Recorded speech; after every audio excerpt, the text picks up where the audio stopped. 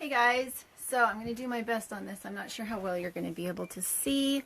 I didn't put out a special shout video this morning on my channel, and the reason is that Catherine is doing a show today. She is doing some fair work. She's selling some of her soaps at a local event.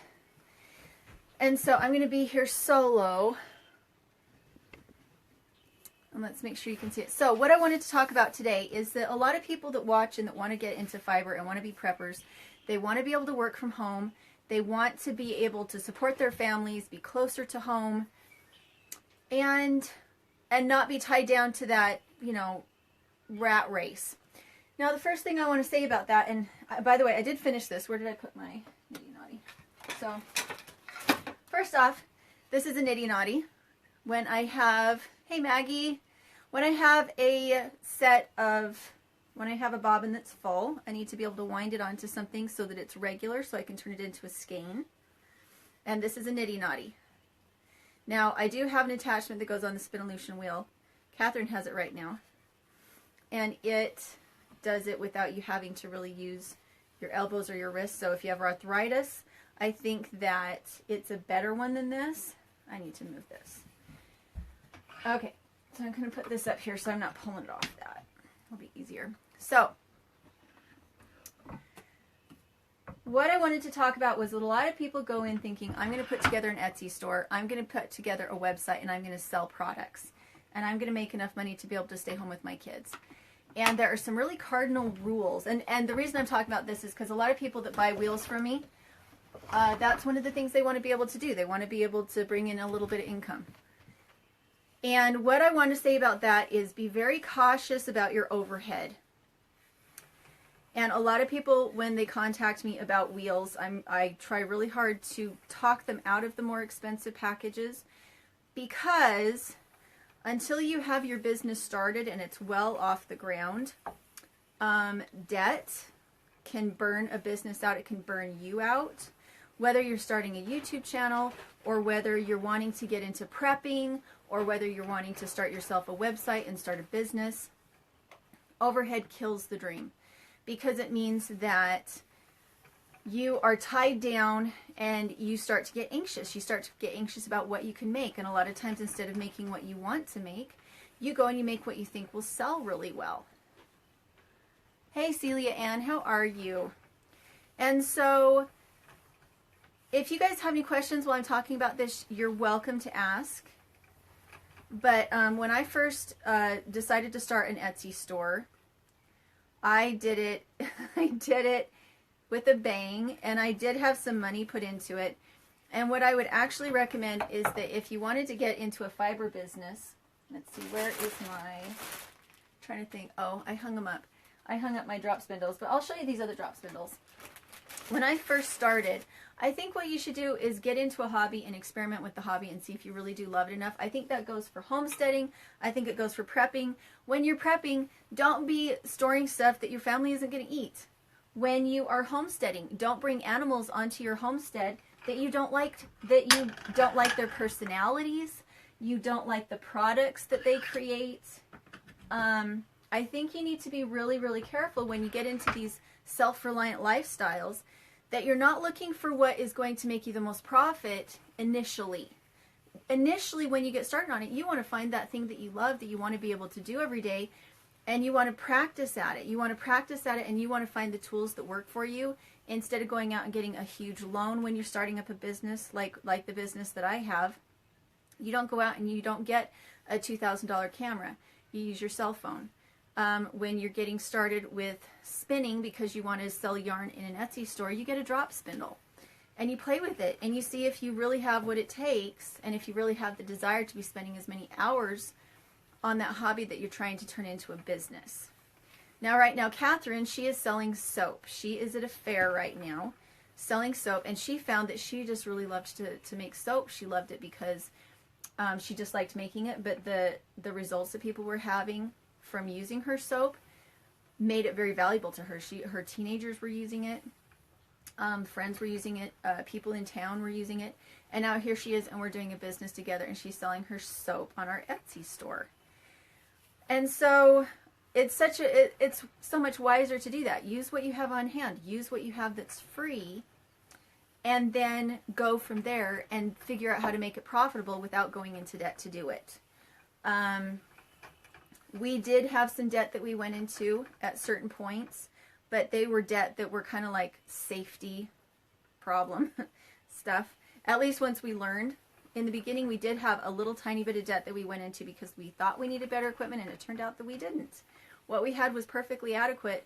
We just needed to give ourselves a little bit of time and have a little bit of patience to learn the skill that was associated with it, not to go out and get a whole bunch of new equipment that was going to put a burden on our family when we were trying to transition to a homesteading, self-reliant, self-employed lifestyle. So this is a nitty knotty. I have a very nice attachment that sits on my spinning wheel and actually spins, and it is a nitty knotty. This is a $20 nitty knotty. The one that fits on my spinning wheel is a $150 nitty knotty. So if you are a professional spinner and you're already making a living on Etsy, that attachment is fantastic. It's a nitty knotty that fits on your wheel. It saves your elbows, it saves your shoulders, it saves your hands. But when you're first starting out, a $20 nitty knotty is completely, perfectly adequate. So this is the last bobbin that I did. What it is Paige did up a bobbin. She spun up a bobbin, and it was super kinky and super twisted, and it would have been very difficult for her to ply it. So instead I plied it. This was what I did last week. So I plied mine with hers, and now what it has made is an art yarn. And an art yarn a lot of times is just that. It's meant to be used as art. Or you can use it, this one she actually did a pretty good job, so you could make it into a hat pretty easily.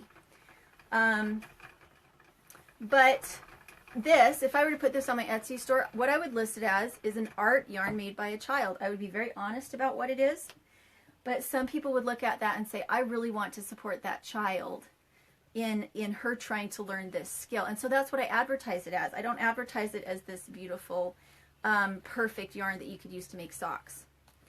But that's what it looks like. That was a collaborative effort between me and Paige, and you can see what it looks like. And so the other thing is that I do the same thing with my kids. If they want to make something, they have to do it to a certain standard, and they have to have enough practice before I let them put it on the Etsy store. And for instance, the girls' art is, I think it's $1.99 per picture. And it allows them to fill their desire to create, but it kind of is a buyer beware type of a thing, in that this is a child's art. You're paying $1 for it, and they had so much joy making it, and you're supporting them, but I have no overhead, and it allows my kids to have the entrepreneurial spirit without charging too much for it. Okay, Joy Curl said, what is that wood thing you're using, and what exactly are you doing with this? So that was a nitty knotty. And that nitty knotty, you're making yourself a skein with it, which is a repeated loop of wool, of yarn, that then can be stored. You want to store it as a skein, or you could also call it a hank. You want to store it as that rather than storing it in a ball, because it keeps there from being too much tension on the yarn and having it not be as happy. Celia Ann said the hats are great. Yes, the hats are great. I do make some beautiful hats. Shannon Graber's here. Hello, hello. So this is the skein that I actually use trash wool on this one for the most part, because my kid was going to be spinning with it. I don't use my expensive wool when I'm letting my kids use it, but I do let them put it in the Etsy store once it's finished. And so this will be for sale on the Etsy store. And that's how you do it. And you could use this for a hat.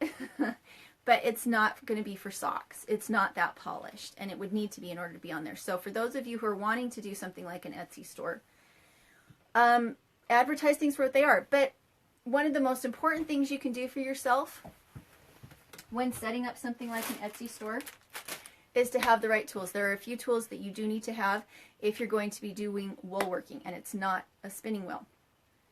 It's something like a drop spindle that's going to cost you $20, maybe $30. And you need some kind, if you're gonna, my personal opinion is I love to use raw fleece. I love to use it because I get to know the fiber, and it's not coarse the same way that commercial roving is. It's not coarse at all. And so that's my preferred method. If you're going to get good wool that's not dirty, you can just use dog combs. However, if you have access to wool that's good, but has a lot of dirt, a lot of vegetable matter in it, you need to use something like this. Because this, I will put wool through my drum carder. If it's dirty, I'll use this first. And it will take out all the vegetable matter. It'll take out the short fibers. It'll take out the guard hairs. These are miracle tools. Becky Simpson said, this is awesome. Thanks for doing this. I am so glad you enjoy it. So one thing we were wondering, because I know there's people out there that can't do the spinning wheels right now. This is one of the more expensive ones. This is a Mach 3. The Polywog is inexpensive. It's $3.99, which is less than what you can get most spinning wheels for. But it's a hobby wheel. If you want to be doing production and you want to be doing it fast, the bigger wheels are production wheels. The Polywog is a hobby wheel. And it's a great little hobby wheel. But it just doesn't have the weight. It doesn't have the wide treadles. It is a great wheel for what it is. My favorite wheel is the hopper. So, if you want to do a wool working Etsy shop, and you're going to be using, actually you can blend on these too. Now, you can make roving out of this, and you can blend with it, and you can clean with these. If you're wanting to do rollags, like real rollags, you need something like this. Now, one of the things we're thinking is that we'd really like to be able to have these on our Etsy store so that we could give quality tools, but not have to, what's the word I'm looking for? But not have to go into a spinning wheel. For those of you who want to get into spinning, but you don't want to get into a spinning wheel, we want to offer these on the store. But we have to make a $1,000 order in order to be able to do it. So we were wondering if people wanted to do like a group buy, that we would list them on the Etsy store. And if people wanted to get them on the Etsy store, we would give it like a four week, maybe a 6 week span for enough people to buy them that we could make the order. Because after we make the initial order, then we can offer these all the time on the Etsy store. But your first order, they have to be $1,000. So are you guys interested in something like that? We don't have it up on Etsy yet because we just don't know what the interest is. But these ones, if I had to choose a wool working tool, these would be the tools that I would purchase. And then I would make a drop spindle if I needed to. Okay, so I wanted to show you some spinning today. Do you guys have any questions? That was kind of the topic that I had in my brain today as I was starting this, because I've had a lot of people ask questions about Etsy stores and whether or not it's actually profitable and how you get started. And we've had ours up for almost 3 years. Is it 2 years? I started it when we did the Kickstarter. So has it been 3 years? What happened was we had done the Kickstarter for the greenhouse, and it got funded. And what I was using when I was doing the Kickstarter as rewards was homemade sweaters and socks and that kind of thing. Crystal Ochoa said, I like to knit but not good at it. Maybe I should try spinning.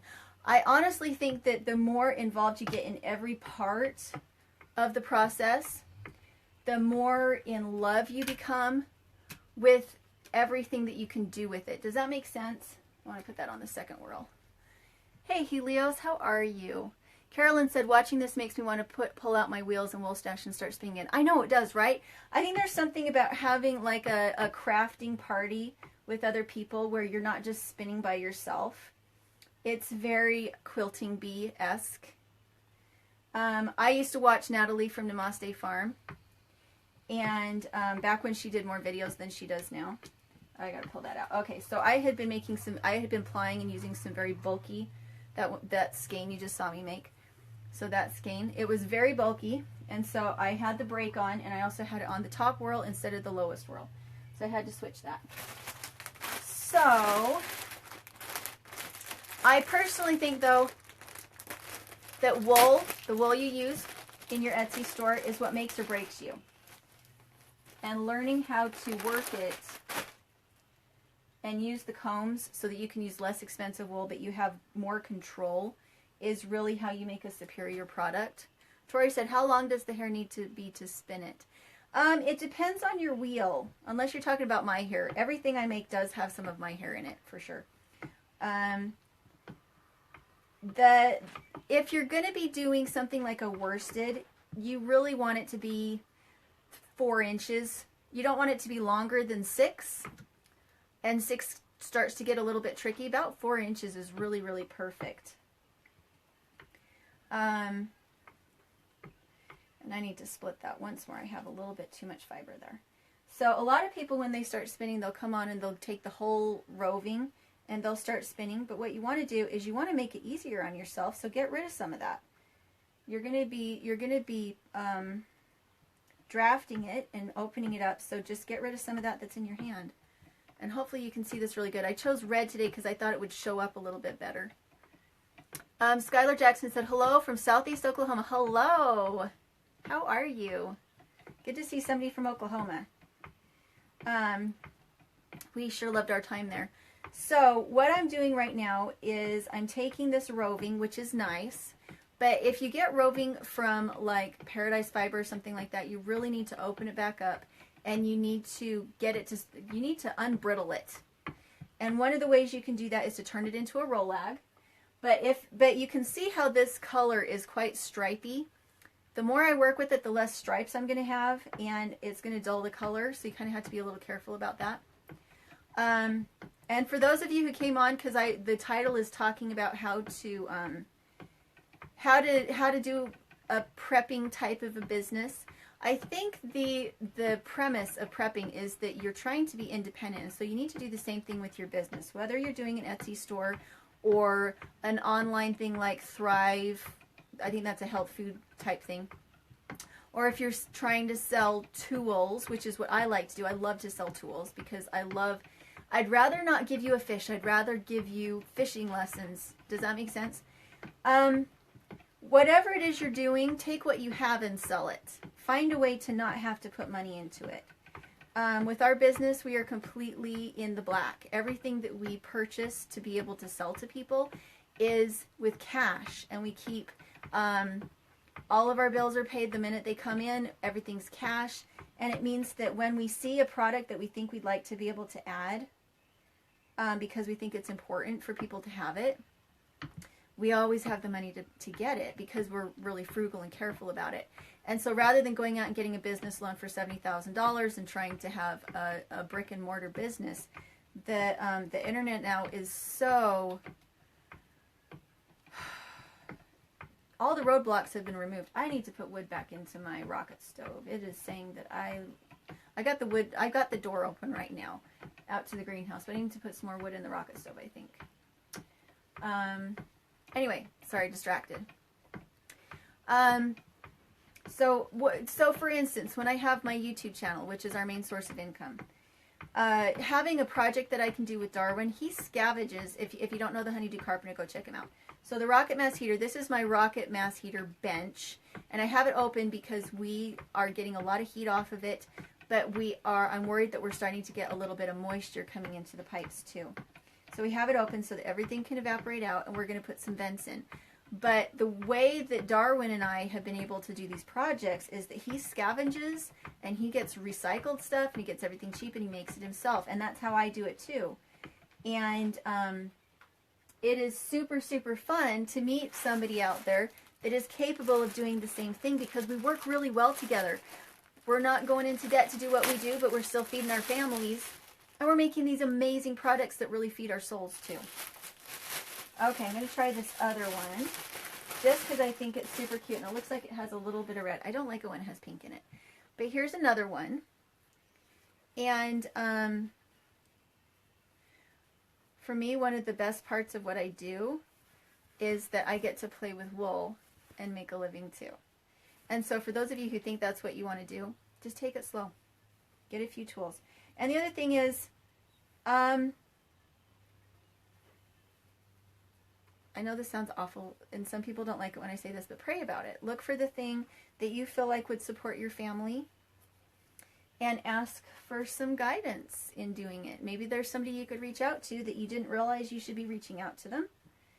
I know that a lot of times when I meet people that I really need to have in my life to further my business and to get my message out, which I feel like my message is important, If you don't feel like your message is important and that it's blessing people, you're probably in the wrong business. If you're not passionate about it and wanting to share that message, then look at it carefully and see if you're just in it for the money. Because for me, it's about the lifestyle and it's about feeding people. To me, that is so important.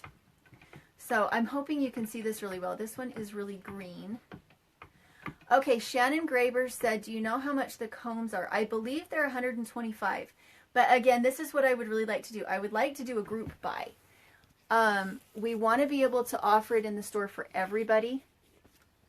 And with that group buy, if everybody was patient while we were seeing how many people were interested in it, I think we need to sell a total of like 8 sets of combs is all. If we were to sell 8 sets of combs, then we would have enough for that $1,000 order, because I think they're 125. I don't remember how much they are with shipping, but it's somewhere between 125 and 150. But they're the ultimate woodworking tool. Oh, Heather said, don't be ashamed to say you pray. Well, no, I'm not ashamed to say I pray. I guess maybe that's not the right word to use, but I guess I don't want to offend people by saying that I really don't think you can do it by yourself. I think that there's a lot of things in your life that are important that God wants to share with other people, and you can do it through a business. But I know for me how much of a difference it makes, because a lot of times I'm going down that wrong road, not an evil road, but that God has a plan for me to be able to share something that I really care about. And sometimes my eyes aren't open to it. And so a lot of times it has to do with, Lord, I feel like there's a roadblock here. Am I going in the right direction? What I'm looking for is this. Is this what I should be looking for? And it doesn't mean you stop and wait for the answer. I'm not saying that. You have to be in motion in order for God to move your feet. If you're standing there looking around, then God won't take away your free agency and make you start the perfect business. What instead He'll do is, as you pray about it, as you're moving, as you're working, as you're in motion, He can guide your footsteps. If that's how I say. Celia Ann said, prayer really works. It does. And I think it has so much to do with action. God loves it when we're in action. So this I think is going to be super, super, super pretty. I never thought of putting red with like lime green chartreuse type of a color, but I think this is going to be pretty. And this is one of Melanie's favorite colors over at the Honeydew Carpenter. So maybe I need to make her a new hat, but she really doesn't like pink. And this has a little bit of pink in it, so she might revolt and say she won't wear it. Okay, so guys, if you can spread the word on this, I am going to put it in the Etsy store because I want to carry it in the Etsy store, but I don't want to go spend $1,000 to put it in the Etsy store if nobody wants it, if nobody cares about the tool. So if you don't have the money, I'm not saying do it. But if you're wanting to get some anyway, and you know anybody else who wants to get some, I haven't put them in the Etsy store yet because I need to go do some math on, like, can we hold it out for 6 weeks? Can we take 6 weeks to fill the order? Will everybody be patient while we do that? Because the Valkyrie combs are also made by the same people that make my favorite drop spindle, which is the Turkish Spindle, because you don't have to rewind the ball.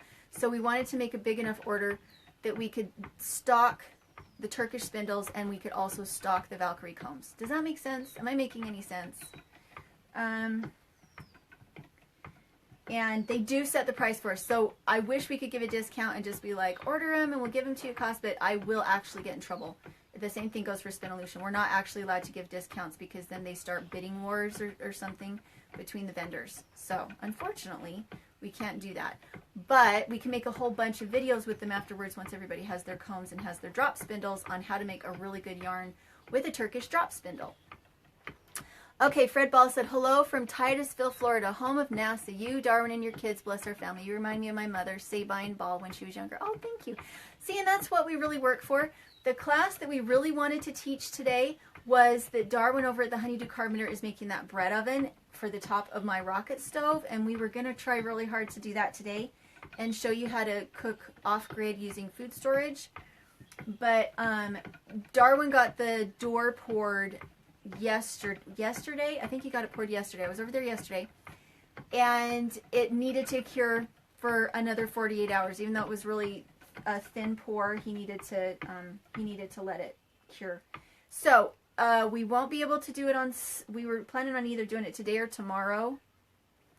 And it's looking like we need to wait until Monday. So it probably won't be on a live show, which I wish it was. We might have to wait on the live show for the rocket stove bread oven for that. Hey, Lorinda. So she is from Idaho. So hello. My hometown too. Or home state too. Kind of liking this green. I think it's showing up really nice. Okay, so on this one, I think I can show you how the combs work. And, see if I can put that. Oh, I totally forgot to tell you guys. Okay, so we have coming up in May. So May 6th and 7th, we're going to be with Off Grid with Doug and Stacy in Mansfield, Missouri. And while we're there, we're going to have some spinning wheels for people to try. We're going to have the books from Living on a Dime for people to look at. But more than anything, we're going to just be there to visit with people. And so if you are anywhere near, I think it's Mansfield, isn't it? Isn't that where Baker's Creek is? So our booth will be set up elbow to elbow with Off Grid and with Doug and Stacy. We're going to get to see them again. We adore them. Catherine's going to be there with me. She's going to drive up from New Mexico. I'm going to fly because that last trip was a 32-hour trip because I went down and delivered the spinning wheel to Catherine. And we did all those videos about hair oil and that kind of thing. And so that 32-hour drive really kind of messed me up a little bit. My hips are really bothering me, and I have decided to fly in. So I'm going to fly into Oklahoma. And then John and Catherine and Bobby and I are going to drive up to the Baker's Creek Spring Planting Festival. There's supposed to be like 10,000 people there. So we would love to see you and have you come and give you a hug. And Doug and Stacy will be right there next to us, so you can hit us both at the same time. And so that's what it's going to be, May 6th and 7th. So make sure to come. I think it's $5 for adults. And I think it's free admission for kids. And there's going to be a ton to do. And I would love to see you guys. And I'm so glad to be flying. I can't even tell you. I was going to go with my in-laws, which was going to be fun. But I realized that for 3 days of driving, I just wasn't going to make it. I've got to get smarter. I've just got to get smarter. And I'm taking a page out of Doug and Stacy's book, which is that they always fly unless they actually are like wanting to go on a road trip. And they're just really smart about the way that they do things. So I'm going to take a page out of their book. Okay, Fred Ball said pronounce Sabina. Ooh, that's pretty, Sabina. She was the lady who started the Lord's Land on Navarro Ridge. Your videos of small houses are awesome. Oh, thank you. Carolyn Graves said, yes, Mansfield, just down the road from me. So are you going to be there, Carolyn? I don't remember if you told me before. We have some other friends we want to stop and see. We want to see Not a Farm Girl and some other people. Kind of excited. I'm really excited to see John, so that'll be fun. Okay, so there's my beautiful chartreuse. You can use this on anything. And the beauty of the combs, sorry, where's my other comb? The beauty of the combs is that you can clean them first. Speaking of which, let me get some wool off. You can clean with them first and foremost. And usually it's kind of nice if you can get, this doesn't need to be cleaned, but I'm just showing you the motion. So, this is how you would clean it first. But then you can use it to blend. These are not just a one-shot tool. And they, again, if I had one tool and I was going to be a wool worker, I would use these. And I'd go take a stick and a rock. And that's how I would make my drop spindle if I had to, but I would have these. Because they make a stronger, cleaner, better fiber. Okay, so you can use them for blending. And after this show, I am going to go put them on the Etsy store if you guys are interested in helping me get that filled. Because I think of that every time I come on here. I'm like, yeah, these combs are great. I don't have them in my store. So, it just makes me feel kind of stupid. It probably should make me feel stupid. Hey, babe. My hubby's on. Okay, so now what I'm going to do is I'm going to put on some red. And I'm going to use it for blending. So what I'm going to do is I'm going to turn it into a roving that has a green, but it also has a little red in it. And I'm trying to make... This would probably be better with pink right now, wouldn't it? The green is going to look a little weird right directly with the red, but okay, so I'm going to layer it. And so you don't have to have a blending board. You can just use your combs. And everybody send well wishes to Catherine. She's over at Little Bits of Heaven Homestead. .com, and also on Facebook on Little Bits of Heaven Homestead. And so send her some love when the live show is over, because I'm missing her. And again, she's out selling soap. Lovely lady that she is. We have been selling out of the soap on the Etsy store, but she does still have her recipes, which are amazing. And she's going to get me to make soap someday. Okay, so John is on as me. Thanks, honey. Okay, so I want to add, what else do I want to add? Now, one of the things is that when you're doing this, if you're actually cleaning it, instead, blending it is one thing. Blending it is one thing. Cleaning it is something different. When you're cleaning it, you do not want to add different fibers in, because it will hold onto the short ones as inferior, and it will only let you pull through the long ones. So where I'm blending it right now, it's okay that I'm layering it. But if I was doing this to clean a fiber, I could not do that, because it would hold on to any inferior wool and it wouldn't let it through. And so that whole thing would be wasted. So I'm going to grab this one. I have so much fun playing with pretty wool. Now this one is a bat. It's a little different. It's not roving. It's a bat. So they took this and they blended it on a drum carder. And that's what it would look like. And they're gorgeous and wonderful to spin from, because they're already open. They're already open. See that though? Okay, so I'm going to take a little bit of this, and it looks like it has some Angelina in it. Let's see, what was that? Yeah, this one has alpaca wool, tencel, mohair, silk, bamboo, and Firestar nylon. So this is gorgeous. Ugh, my nose itches now though. I don't get along very well with what's it called? Angelina. I'm not a huge fan of it. It adds some sparkle, but it doesn't add soft. It just adds sparkle. It makes it a little coarse. But this is how you blend. So what I'm really doing is I'm just layering my colors. And maybe these aren't the ideal colors. They're probably not the ideal colors to put together, but you can see them pretty good, can't you? So I'm going to get the colors that I want. And then there's a stand that comes with this, but I always just park it between my knees. And you're supposed to use a diz, but I never do. And so what I'm going to do is I'm just going to go like this, and I'm going to start to pull it. And I'm going to make sure that I go down a little bit, and I don't let the locks end. And it's much easier to do this sideways, but I feel like you won't be able to. Will you be able to see it? Hey, Mary Carnes, how are you? It's good to see you here. So what I'm doing is I'm pulling it out a little bit at a time, and if I had a diz, it would work better. But you see I'm getting a little bit of everything. And if I only want the green for just a little bit, I can pull on just the green. And then when I want some more red in, I pull up and I get more of the red, and then I can pull up even more and I can get some of that pale green that's on the top. And so what I'm really doing is I'm making my own roving, and I'm making it blended in these particular colors. So there we go. That is my blended roving that looks totally different than it did when I first started. And if you get a blending board, you still need the combs if you're going to be cleaning raw fleece. So,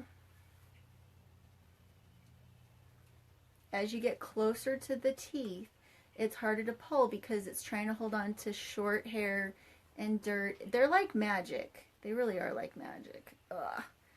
At this point, I need to kind of open it up at the base a little bit because it's going to hold on to itself.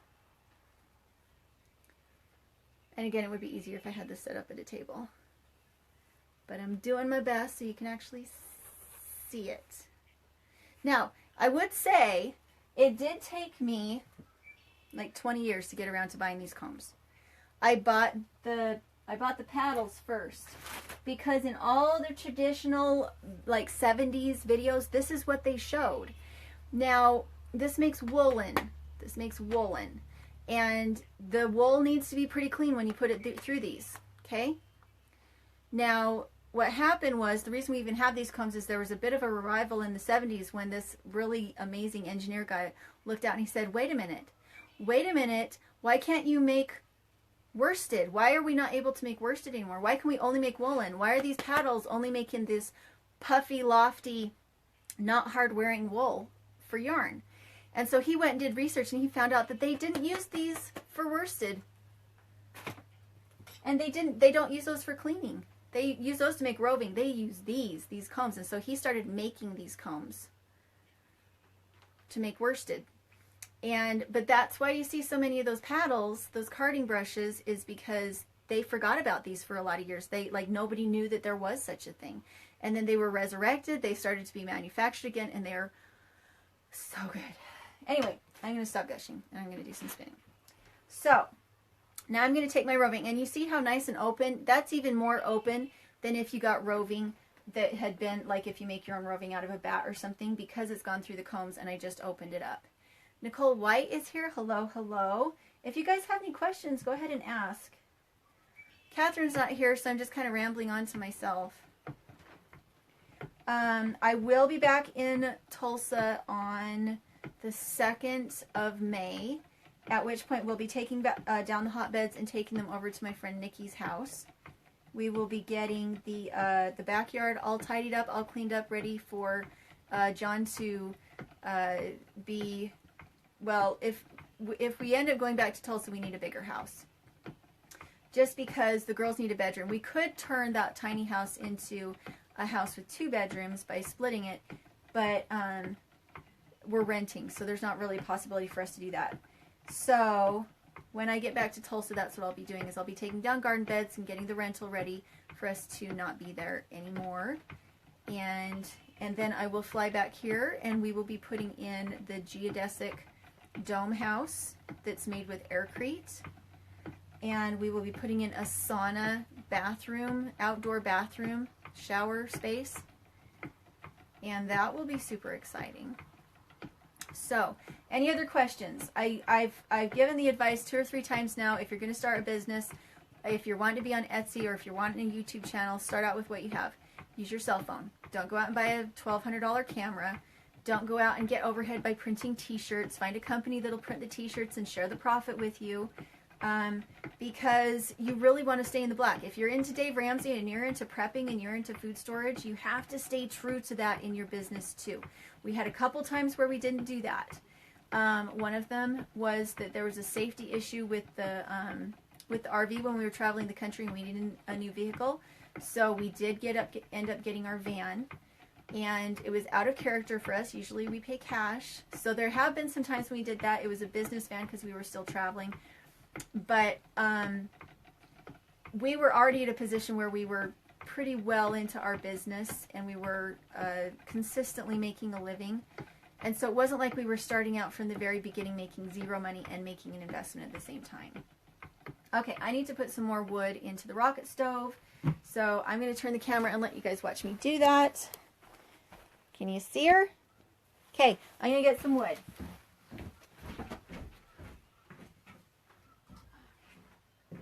So when I put more wood into the rocket stove, I want the chimney to warm back up because it's been going into the bench for a bit.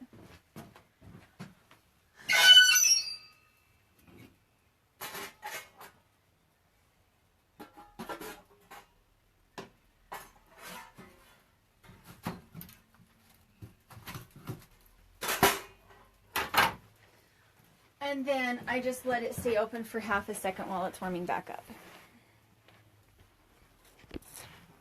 Oh, I pulled it too far. Sorry, guys. I'm working on it. All right, so were there any other questions? Carolyn Grave says, you should move to Missouri. Actually, Missouri sounds lovely. Right now, everything just kind of hinges on what John's going to be doing. It's easier for me not to be traveling and not to be trying to travel so much and make videos.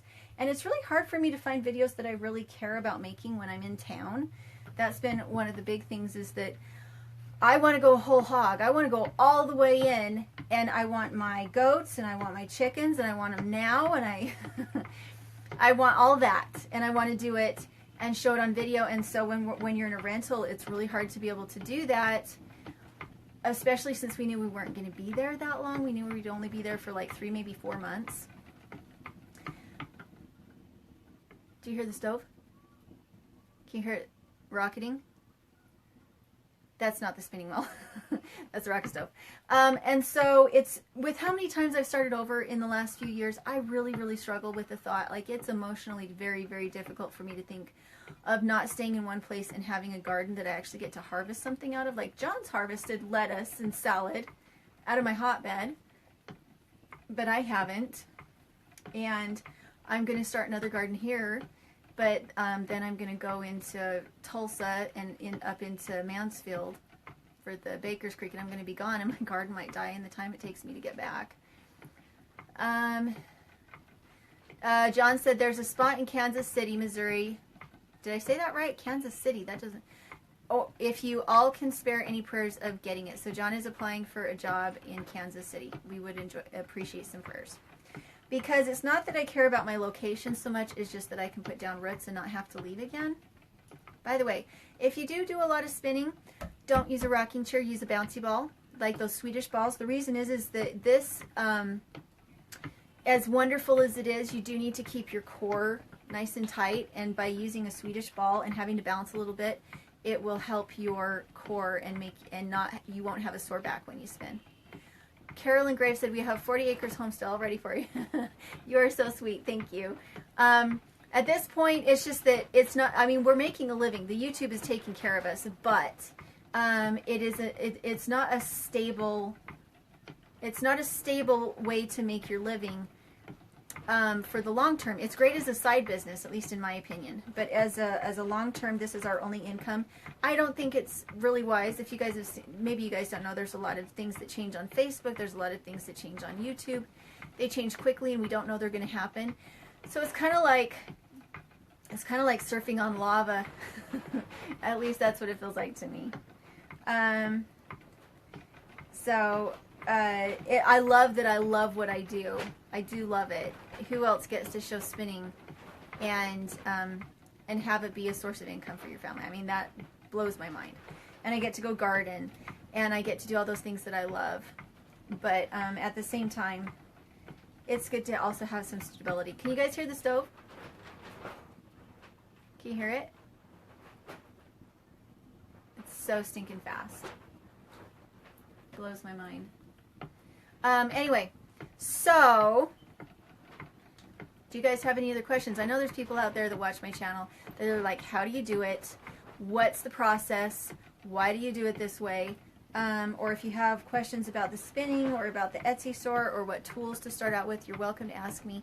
Again, tomorrow, Catherine and I are going to do a show, and I'm trying to remember what it is we were going to do. Oh, Fred. So Fred Ball said he can hear the stove. Okay. Yeah. When you first put a new log in, it'll go on coals for a really, really long time. But when you first put that new log in, it just lets you know. Mary Carn says, I'm moving to Missouri from Colorado in July. I also think you should move to Missouri, LOL. Well, we thought it was beautiful. We have a lot of people up there that we really care about. And it would definitely be something new. Gardening in Tulsa during the winter was fantastic, but I haven't really had a chance to garden in the spring or summer, which a lot of people say is when it's the hardest time to garden there because it gets so hot. We haven't been there in the summer. John has. But one of the things I like the most about having a business that is online, I'm trying to get back to it because I see more people are coming in and they probably care about the title that I put on. South Central Missouri near West Plains, about an hour from Mansfield. Beautiful. I am so excited to get there. So if anybody didn't catch that, Catherine and I are going to be in Mansfield, Missouri for the Baker's Creek Spring Planting Festival. We'll be there with some wheels for people to try out. We'll be there with the cookbooks from Living on a Dime. We'll have some drop spindles to sell. And for those of you who'd like to be part of the group buy, I am trying to get the carding combs and the Turkish, if I can disconnect this, the carding combs and the drop spindles into our store. If you'd like to be part of the group buy, I'm going to put them up. We have to be able to sell, I think it's 8 sets of carding combs in order to be able to make that group buy, and then we'll just carry them in the store and we'll offer them. And if you are trying to get into the business, the internet business, I recommend that you're not going into debt to do it. If you think you want to be able to spin and have an Etsy store, don't get a spinning wheel first, get a drop spindle. Because it lets you see what if you really like it, if you care about it, if you think it's too expensive, if you really want to have a business even. Hey, Johnny Blackwell, how are you? And so, if you're interested in that, I will put the links up. I didn't know if people would be interested, so I do not have the postings up on our Etsy store yet, but I will put them up today because if we can sell 8 of the combs, we can do the group buy, and then we can offer them all the time. But it'll probably, because it's a group buy, it'll probably be 4 to 6 weeks out from the time you order them before we get them in, because we have to get the dealership thing signed and everything, and they don't let you sign it and get into it until you make a $1,000 order. And they're $125, maybe up to $150 for the combs. So, Christy Mahoney, hello. So if you do want to start an Etsy store, or if you want to start a website, or if you want to do a Thrive business or something, you have to get your face out there. I think Instagram is the easiest way to start, because all you're doing is taking pictures. You're taking something pretty. You're taking something pretty like that, and you're taking a snapshot of it, and you're putting in some hashtags talking about yarn, talking about fiber, and you're saying, I have an Etsy store. Here you go.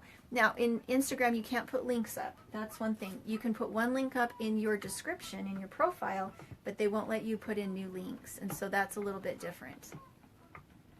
Carolyn Graves said, we'll definitely come by to visit Baker's Creek. Good. That's the 6th and 7th of May, and we will be there. Catherine and I will be there. John will be there with me, and so will Bobby. So you can meet everybody that you've seen in our videos if you come. And our booth is right next to Doug and Stacy's. We're practically sharing a booth. Actually, I think we are sharing a booth, because they got their booth and they asked us to come. They're like, we'll bring you a table if you come.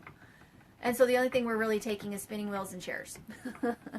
Shannon said, how does the company have other things you could add to the order? Yes, they have the drop spindles. So I should get it. Hold on a second. I want to show you how I hung up my drop spindles. Maybe you'll be able to see it. Maybe you won't. See how I hung up my drop spindles? So my favorite is this one. This is the Turkish Spindle.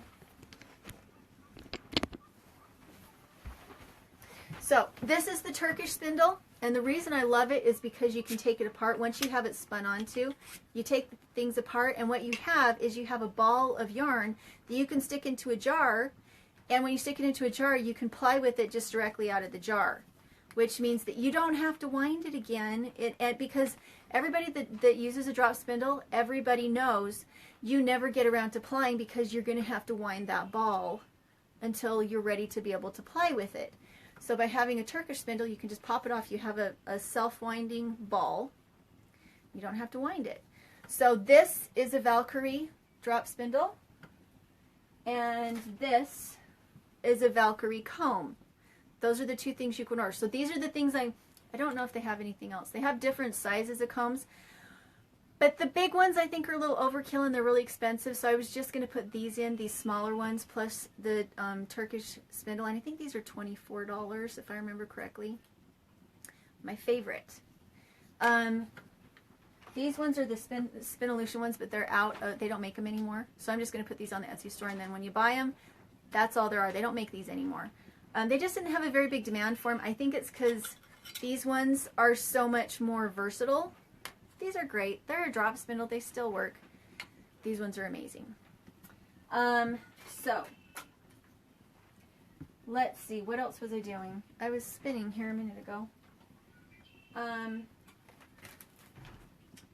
don't remember where I put it. Where did I put it? Anyway, okay. Focus, Julie. Again, I don't have those on the Etsy store yet. I just wanted to see if you guys were interested in it, because I think it's much more doable for people who want to get into wool to have those tools than it is to start out with a spinning wheel. And I do not. This is the thing. Don't get it over your head when you're getting a spinning wheel. I've told people that have wanted to order the whole packages that they need to just start with the single wheel. Because there are toys that go with the Spinolution wheels that are amazing, but they're not necessary. And if you're wanting to be a prepper, and if you're wanting to be somebody that is maybe making a living with the spinning wheel, you don't start with overhead. And so for me, when I bought my spinning wheels, I had to sell my old spinning wheels. So I used to have Kromsky, and I loved them, but I needed to spin faster, I needed to spin more efficiently, and I wanted to be able to travel with them. And so I sold all my Kromsky wheels in order to get into the Spinolution wheels. But don't get a Spinolution wheel if you don't have the money for it. Don't go put it on a credit card. Start with the drop spindle. If you have an old spinning wheel, sell your old spinning wheel if you want to get into Spinolution. I highly do not recommend getting into the red in order to get a tool. Remember that, it's just a tool. Let's see. Fred Ball said, where have you, John, and your family found the most affordable or sustainable place to live in the U.S.? Idaho. Idaho. I know, isn't that awful? We're looking to retire in a few years because of Dave Ramsey. We can be self-supporting. That's amazing. I love Dave Ramsey. If we hadn't had Dave Ramsey, we started out when we got married. I was using the envelope system, not because of Dave Ramsey, but because that's how my parents managed to pay off their house. My parents paid off their home in their 40s. And my dad was the only one working. My mom was a stay-at-home mom. We had a homestead. And my dad paid off the mortgage for our home that he built himself when he was in his 40s. And it meant they could really do what they wanted to do with their lives at that point. And when they moved from that house and moved into the home they're in now, they paid cash for their house, so they don't have a mortgage now either. But yeah, when John and I got married, I came in with an envelope system. And we lived on the envelope system. It paid for our groceries for the first year of our marriage. That envelope system of that money that I had saved. And so I did work and I was going to school when we first got married. But it was that savings, that envelope system where I had put everything into envelopes. This is groceries. This is getting your hair cut. This is gas. This is insurance. I already owned my car. I didn't have any debt on my car. And so I had we both came into our marriage with assets. We were both debt-free when we came into our assets, with the exception of the mortgage that John had on the house that he had just bought when we. And the reason, I'm sorry, honey, one of the reasons I was so attracted to my husband was because he was dead set against debt. He was very strong in his tithe. He had started paying his tithe and had asked God for help because he had a little bit of credit card problem. And he found we had some real miraculous things. I'm not going to tell you that story because it sounds like I'm telling you that if you pay your tithing, all of your money woes go away. So I'm not going to tell you about the story because that's exactly what it sounds like. But we used Dave Ramsey when we first got married. We didn't do really well with the checkbook and things like that. And it meant that when food storage items came on, we went and took $500 out of this cash envelope and we went and bought food storage. When it came time to pay for our car insurance, we went and got $300 out of the cash envelope and we went and paid it a year in advance. Dirtpatcheaven said biased opinion. What is the biased opinion? Melissa Krall said quite a catch. He is quite a catch. And so when we had babies, we paid cash. When John had the opportunity to take paternity leave, we had so much savings, even though we were making like $25,000, maybe $30,000 a year. When both the girls were born, John took the full paternity leave, and we had no dip in what our budget was because we had cash. And it's the same reason why when John got hurt, we had 6 months afterwards where we didn't even have to pay our mortgage because we had been paying a double mortgage, and we were 6 months ahead. Now, that doesn't mean that we were sitting in it. And we actually had people that wanted to send us money, and what we told them instead was, please buy something from the Etsy store because we want to be self-reliant. We never went on food stamps. He never got on disability because we had the Dave Ramsey system. And so it's really important, I think, to have your business run the same way. Fred Ball said, wow, such a wonderful story. It is our hope that our grown children will be like your family. Thank you for sharing. Well, it doesn't mean we didn't have our hardships.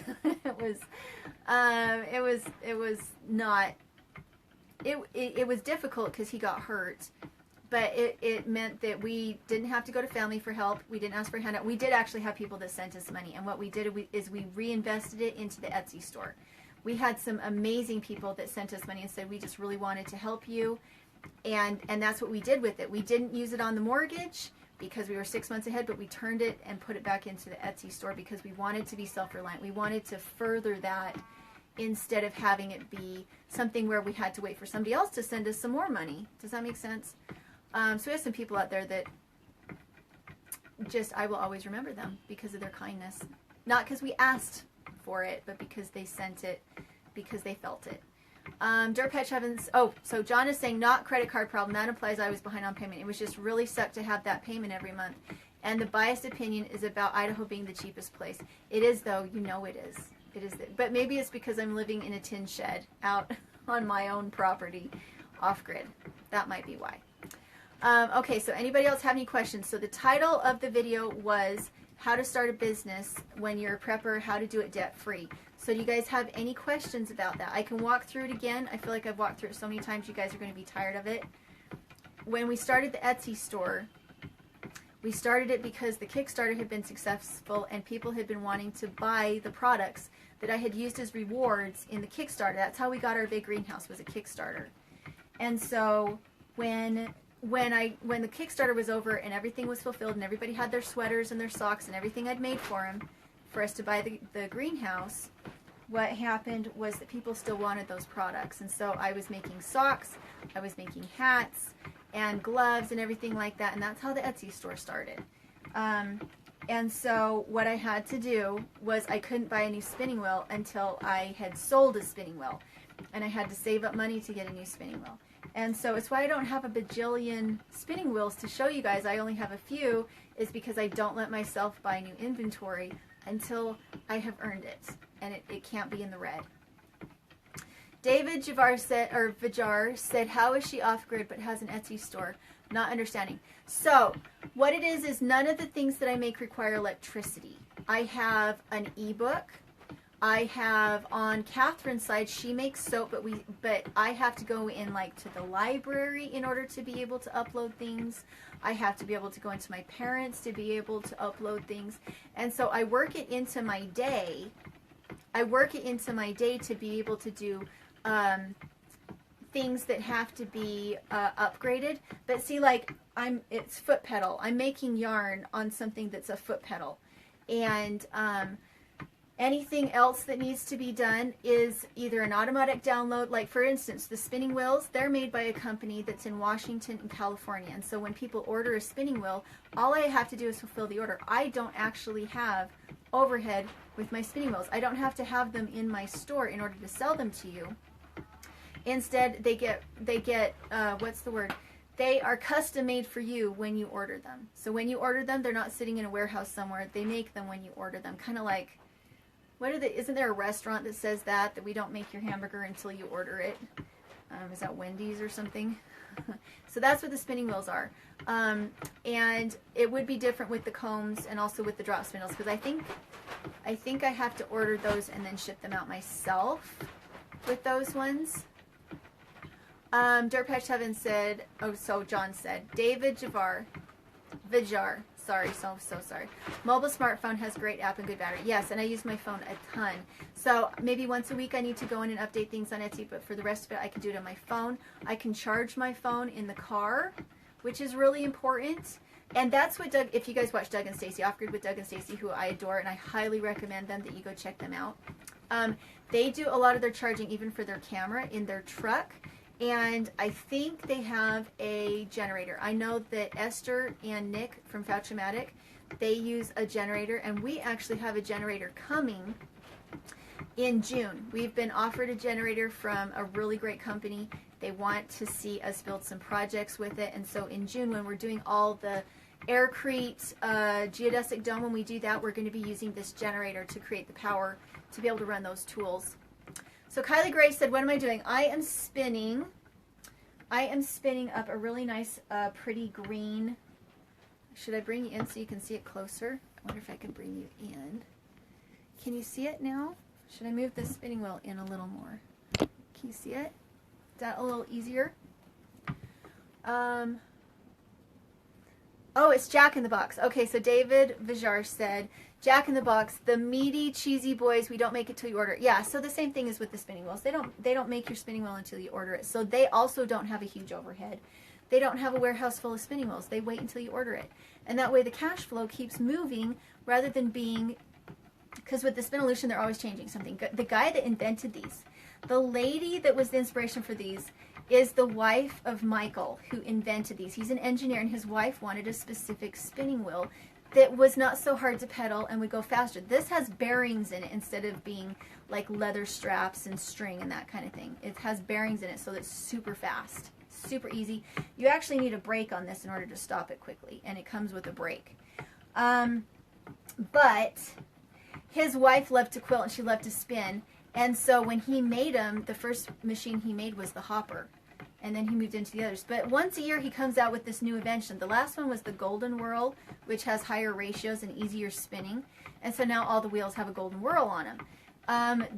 This is the, let's see if I can remember how to pop it off, because I don't take it, oh, I don't want to take it off. Okay, this is the Lazy Kate, and I'm being lazy, so I'm not going to take it off. But this pops off, so you just pop your bobbin out when you're ready. And everything on it is meant to be simple, easy, and efficient. And I love old traditional wheels, but as far as like if you're doing a lot of spinning and you're trying to make a living doing it, you don't want to use a traditional wheel because it's hard on your joints. You have to sit in weird positions and your feet are too close together. Now I can't get it back on. It has magnets on it, and that's what holds it on. Unless you take it off the wrong way, and then you can't get it back on. Okay. I start showing off my cool wheel, and then I can't get it put back on. Go on. Why wouldn't it go back on? Come on. There we go. All right. Usually it just pops on and off. It's just because I'm showing it off that it won't. Okay. David said, totally cool, by the way. Nice to see someone making things by hand and keeping the skills alive. Well, I love it. I have huge like ADD issues, totally huge ADD, and my brain doesn't work unless I'm moving. If I'm not moving, I am not happy. And so when I'm sitting down and I want to watch a movie, like John can attest to this, he'd do his reloading in his man cave, and I would come down and I would spin. It's the only way I could sit still and talk to him. And poor guy, that's pretty much how life is for him. Wait for Julie to stop moving for 5 minutes so I can talk to her. But having a spinning wheel and having these other tools that I can use, that I have a product when I'm finished, it makes me feel productive, but it does something to my brain. For a while, I was even taking my drop spindles to church. And the reason I took them to church was because I couldn't, with my ADD, I couldn't figure out how to pay attention in church because I had to sit there for so long. So I noticed that I'd be staring at things, I'd be looking around the building, I'd get antsy, I'd start to get really antsy. And so I would take, and I would sit in the back, and I would use my drop spindle, or I would knit, and it would make it so I could listen in church. And it just made a world of a difference to my brain. And it's one of the reasons why I looked around when I wanted to do a debt-free business. I looked around and said, what am I already doing that I do constantly, that maybe I do it more than what our family actually needs? What can I turn it into that would bring in income for the family? And so that's when we did the Kickstarter for the greenhouse. I wanted to do more videos about gardening, and I knew that we needed a greenhouse. I knew that we needed a greenhouse. And so I got on Kickstarter and I said, hey guys, I saw this greenhouse. It makes it in the wind here in Idaho. It's the only one I've seen. Will you help me get it? And I'll make handmade items for you. And so that's exactly what I did. And so this skill got us a greenhouse. And now it gives me a secondary income so that when YouTube is down, which it often is, it's quite irregular, I have this thing that gives me brain power and warm clothes, and it also feeds the Etsy store. Okay, so what else are people saying? Hey Martha, you made it in. How are you? I'm still, well, the wheel isn't there yet, huh? Martha got a wheel, and again, because they make them to order, she doesn't have it yet. But I'm waiting on pins and needles because it's a king bee, and I am so excited. She picked up on the polywog super quick. Okay, Madison said, how does it stay in one strand? So what you do is, after you fill this particular bobbin, when this bobbin is full, then I'm going to take an empty bobbin. This is my empty bobbin. I'm going to put in, and I'm going to spin it in the same, so I'll show you. I'll show you. So I would pop this bobbin off if it was full, which it's not, but if it was. I would pop this one off, and I would just store it right here. And I always put this part down. It spins better like that. So I put that one down. And then I pop this one in and I spin it in the same direction. And for any of you that had questions about like Etsy stores or how to start a business without debt online, I've said it 14 times, but I'm willing to say it again. You just need to ask me. Does that make sense? That is really what I'm here to answer questions on, is if you want to know how to start a YouTube channel, if you want to know how to make money with a website or something, because you're a prepper and you want to be able to go off grid and make a living, this is your platform here to ask me. It's being cranky. Why is it being cranky? When was the last time? There we go. It's just that my hair's in the way. All right. Now, if you're trying to do super fine yarn, you have to go back and forth a couple times on it because it pulls quite a bit. And so I go at least when it's empty. The bobbin and the pull changes as you go further. And so you just kind of want to start out with some links in it. Martha said, all right, Martha said, I don't think they have sent it yet. I'm so excited to get the king bee. I am so excited. The next wheel, when I have a next wheel that I'm going to order, like for instance, what we're hoping is that we'll sell our own wheels at the conference when we go out to the Spring Planting Festival in Mansfield. We're hoping to sell the wheels we already have, and then when I reorder and get myself another wheel, what I want to get is a queen bee. Because what I see is that I really, really, really love to spin really fine. And the Mach 3 is fantastic, but I need to get a 4-ounce flyer on it, or I need to just get the queen bee. And I travel so much, I just need to get the queen bee. But I am not going to put overhead. There is going to be no overhead on this business, so I have to wait. Corey Ferguson said, off-grid to make a living using YouTube. Okay, so if you want to be able to, so is that a question? If you want to be off-grid, you need to find some way, whether it be a close town or use your 4G on your phone. You need to have a way to have a little bit of internet. And you need to have some way to edit it so that you're not trying to send huge files online. Keep your file size small. Do heavy amounts of editing. Make sure to talk into your camera. Do a little bit of practicing. I would say keep your videos under 5 minutes, just because if you're using 4G, you're going to need unlimited 4G in order to be able to get it up. And you know, do some studying. If you don't have enough 4G to study online, then go to a local library and do some studying and look up people like what is his name? Tim Schmoyer. Tim Schmoyer is amazing. He has some really good videos that will explain to you how to use your tags, how to make your titles. I do think that you should edit your thumbnails. They need to be 1280 by 720. They need to be that size, and they need to be close enough that people can see it. I like to play with it on PicMonkey to get it the right size. But do you have any other specific questions? But the big thing would be keep your files small if you're off grid so that you can use your 4G to upload them. And Filmora Go is a great, easy editing. That's the one that a lot of people who I've helped use if they have only their phone to edit on is Filmora Go. And just use your cell phone to take the videos. Julie Dick said, good for you, Martha. Yes, I'm super excited to see what she does. And if you guys do get spinning wheels, or even if you're spinning on different wheels, I would love to see pictures. So if you guys would send me pictures, it's Dirtpatcheaven. I wonder if my blood sugar is getting low. I'm talking faster. I would love to see pictures. If you guys have spinning projects, I would love to see them. I would love to share them. So it's dirtpatcheaven@gmail.com. I'm really having a hard time keeping up the conversation. Okay, Crystal Ochoa said, how do you get your Etsy store noticed so people buy your stuff? Instagram. Go to Instagram. It is the easiest place to get started because you're not having to do videos. Now, this is the thing. You can't share links except in your personal profile. So you can share your Etsy store in your personal profile on Instagram, and then every day go take a picture of yourself spinning, or show yourself out with your sheep, or show your drop spindle, or show your newest yarn, and just say, this is the newest one I made, and put in your hashtags for yarn, put in your hashtags for wool, put in your hashtags for crafting.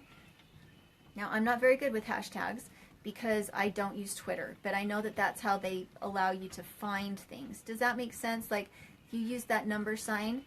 And the nice thing is that you can just use your phone. You don't have to have a camera. If you go on Etsy, they actually do have some really good tutorials, some articles that are written on how to do it. And I actually used tips from those articles to change the way I did my thumbnails on my YouTube channel because they were fantastic articles. So that's how you do it. Let's see. Martha said, you mentioned that you were not sure if anyone would buy a Valkyrie comb if you put it in the store. I would. Oh, thank you. I really would. I really want to offer those in the store, and so I want to do a group buy because once again, I don't want to have overhead in the store. But if we did a group buy, I need to sell like 8 sets of combs, and then I can be a dealer, and I can bring the, what are they?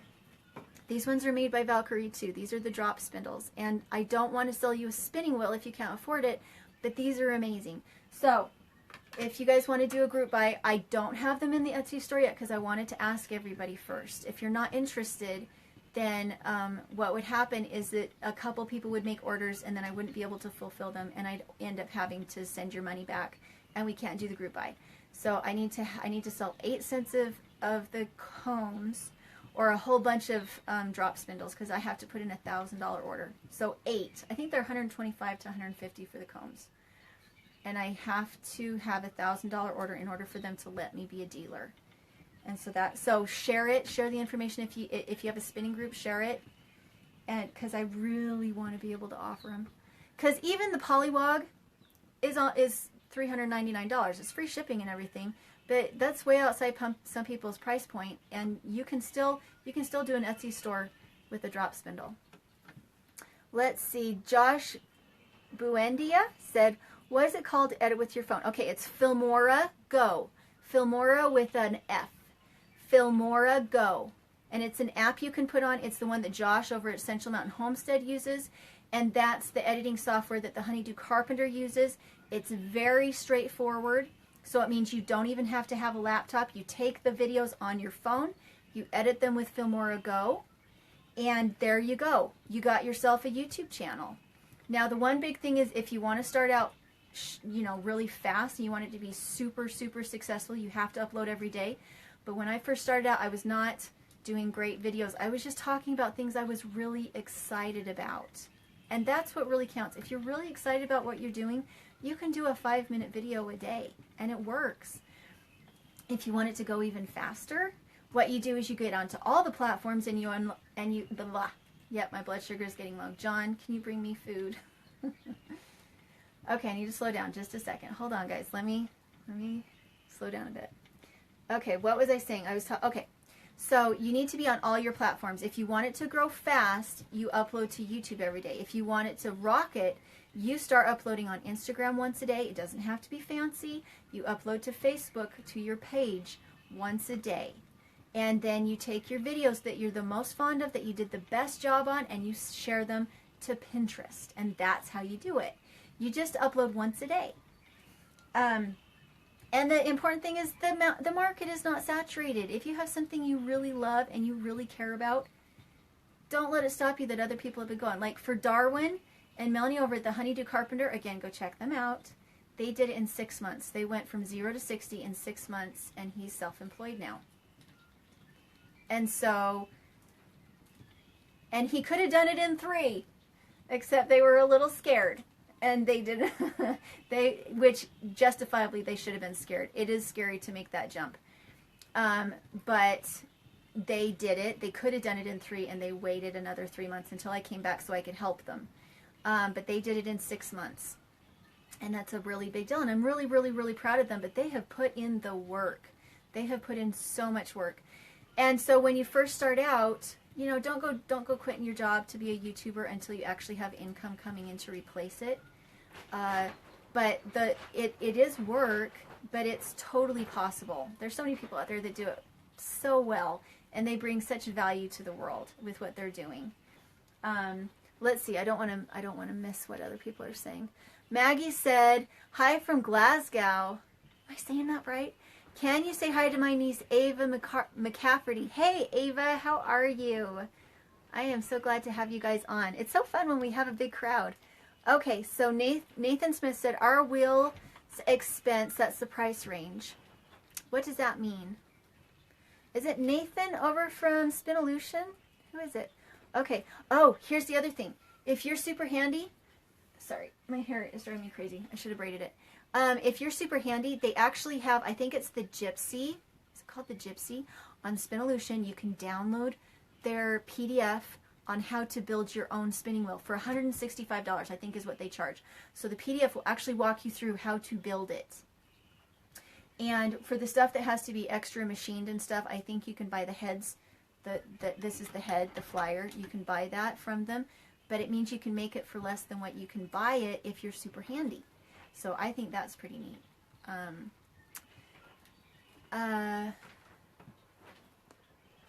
I don't understand what you're saying, Nathan. Can you say it again? Are wheels expensive? Are my wheels expensive? They're not more expensive than other wheels out there.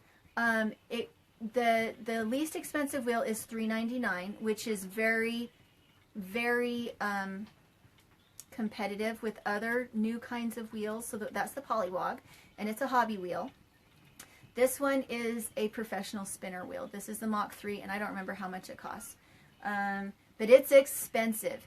The next one up from the Polywog is the Echo. And the Echo, I think, is $6.29. I think it's $6.29, and it comes with 3 bobbins, and it's a fantastic wheel. And again, the price is very comparable to other new kinds of wheels, and it is likewise bearing driven. And then you go up from there. The more the wheel can do, the more expensive it's going to be. I think the most expensive one is the Firefly, and that's an actual electric spinning wheel that like sits on your table. But I love the pedaling, honestly. I love to pedal on them, and that's just what I love. So I don't have a Firefly, and I have no interest in getting it. But I know some people whose backs bother them.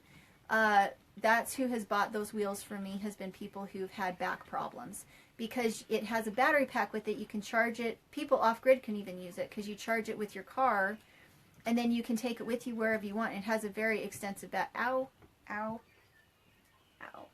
Sorry. I have spun myself into my wool. Hold on. There we go. Sorry. Okay. So, but that's why I would like to offer drop spindles, is because you really don't have to get into that kind of expense. The first wheel that I had was a hemp spinning wheel that my grandma found in an antique store, and she just let me use. My second one was a Louet. It was an S75, and I hated it because the only way to change anything was with this one knob. It didn't have all the, I just really didn't like it. I liked the Kromsky better than the Louet, but I like the Spinolution better than the Kromsky because I travel so much and it's so stinking fast. It doesn't take a lot of effort to spin with it. Okay, sorry. Pam said, could you say that again slow for more to go? Okay, I don't remember what I was on when you asked that question. Pam, can you ask that again for me? Oh, Pam said, edit with your phone. So, Filmora, all one word. Filmora, go, all one word. Filmora, Filmora, go. Did I get that? I think I got that. Dirtpatch said, oh yeah, John just put it in, but it's not 2 words, it's 1. Okay. Oh, Dirtpatch. Okay, so John's trying to remind me what I'm doing. My blood sugar is definitely getting low, guys. I might not be on much longer. Where do they contact you to go in on the group buy? So I'm going to put it up today. As soon as the live show is up, I'm going to put up a rough listing on the Etsy store for the drop spindle and also for the combs. So as soon as I'm done with the live show, I'm not going to put it up right now because I wanted to see who would be interested in it, and I didn't want to put it up and like have people have their hopes up and then not have it fulfilled. And so it looks like some people would be interested, so I'm going to put it up. I'll put it on the Etsy store. And my blood sugar is getting really low. You can tell because I'm kind of slumping a little bit. Okay. Thank you. And Josh put it up again. Filmora, go. Yes, exactly. Anthony Delaire said, you are so smart and handy. Thanks for the videos. Love from Belgium. Hello, Belgium. That's awesome. Okay, Crystal Ochoa said, so now I need to work on learning Instagram. I do soap, haven't sold much yet, but would like to have a little business, yes.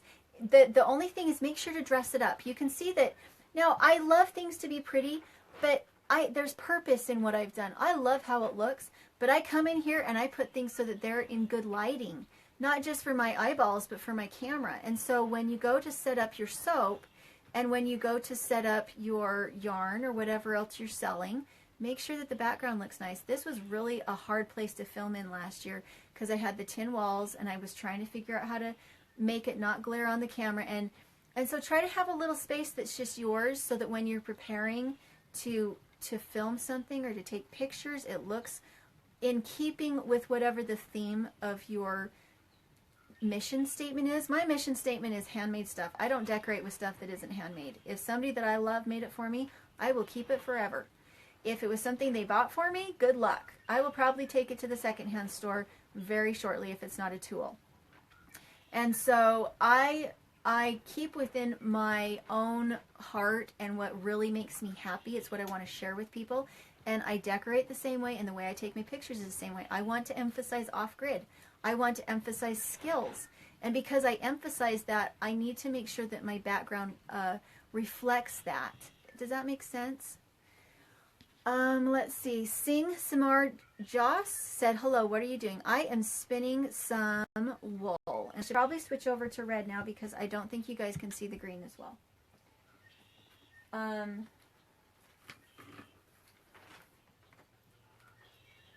I would go get some cheese or something so that my blood sugar wasn't getting low, but you guys really don't like it when I eat on camera. I get so many complaints about it, but I'm starving. Okay, let's see. I wanted to show you with the better color.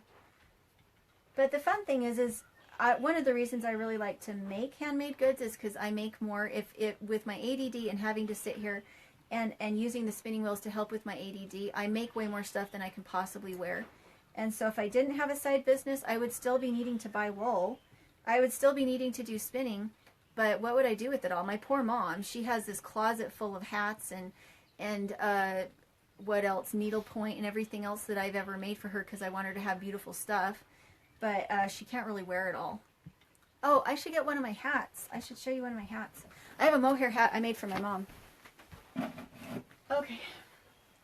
So this one is mohair. Mohair does not have the same stretch that a wool hat has, but it has a lot of shine. And so I don't know, this is one of my favorites. And I did it. This is a double layer hat.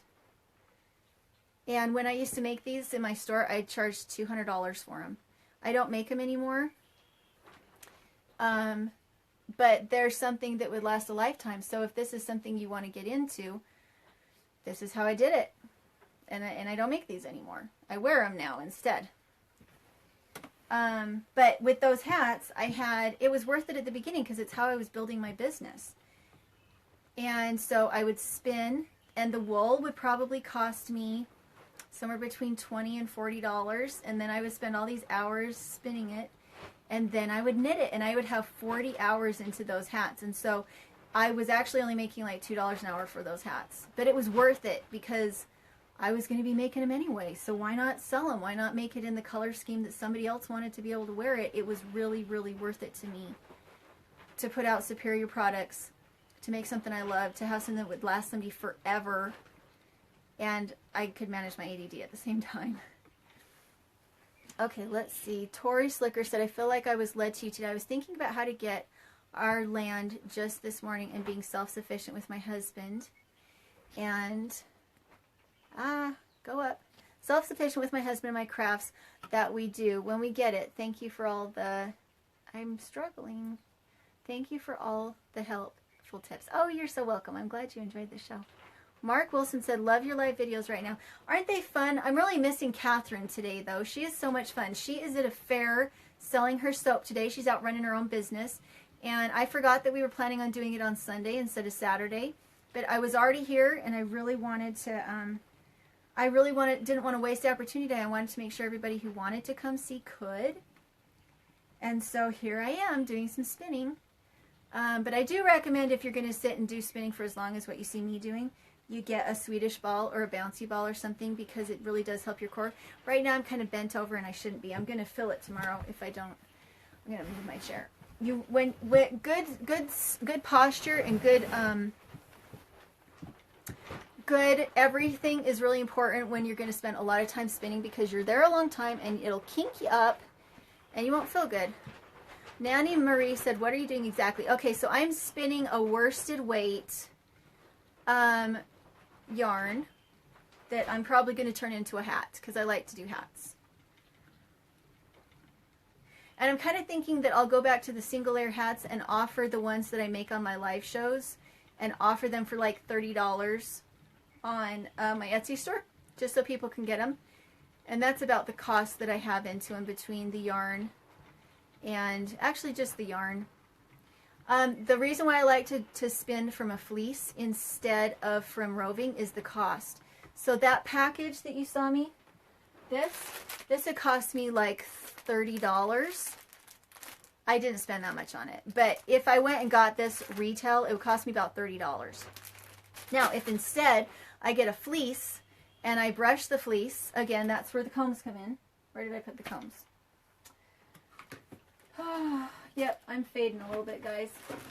If you have the combs, you can take a raw fleece that costs you maybe $30, and you can have enough wool to work the whole rest of the year. It costs you $30. You can dye it, you can spin it, you can felt it, and if you use a fleece instead of this roving that I've already got that is expensive, you can stock an Etsy store for a year on $30, but you have to have the combs.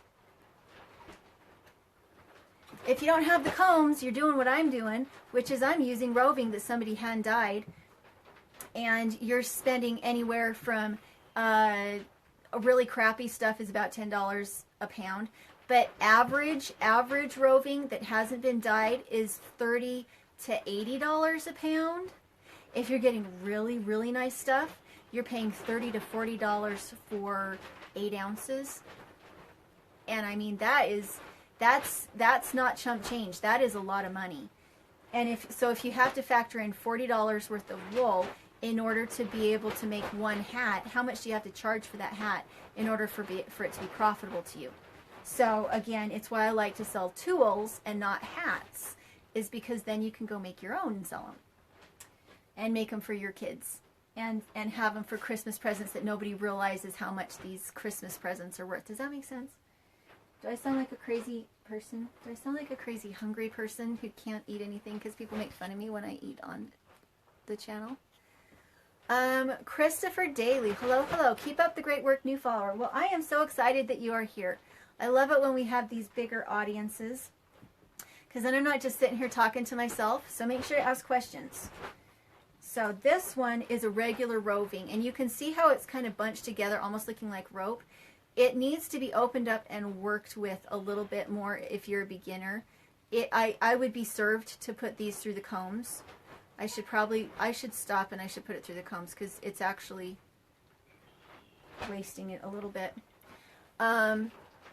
Blaine Grant said, was literally waiting for your hair to get caught. I know, and it totally got caught, didn't it?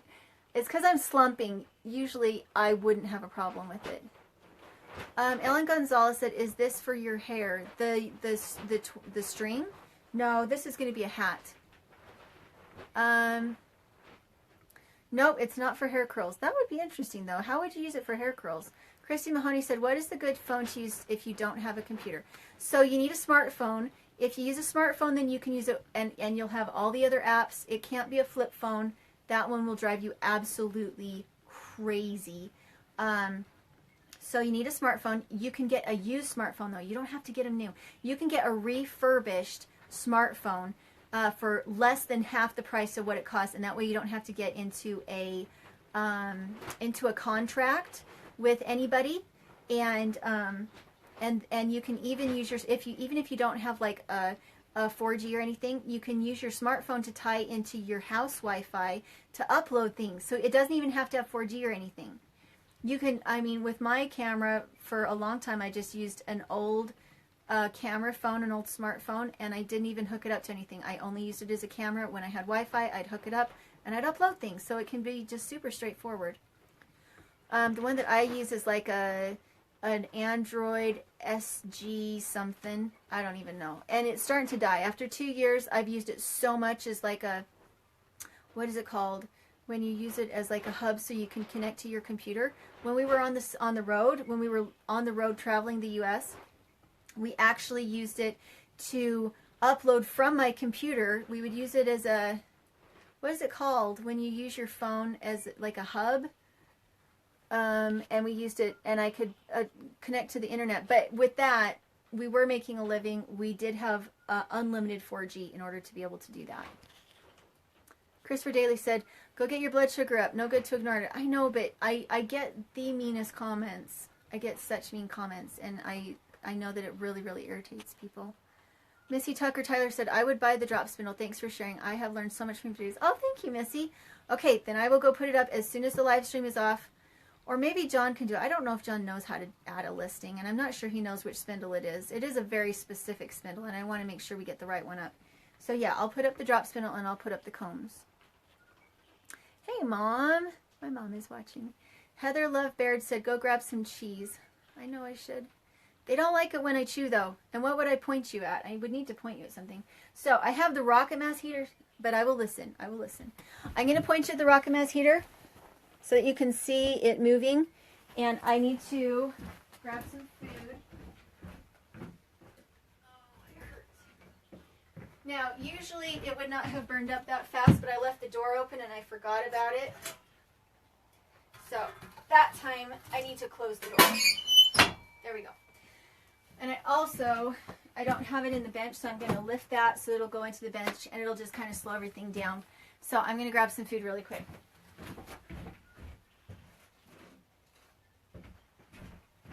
The only problem is I can grab food, but then there's still going to be chewing noises. And I'm losing things. Okay. So.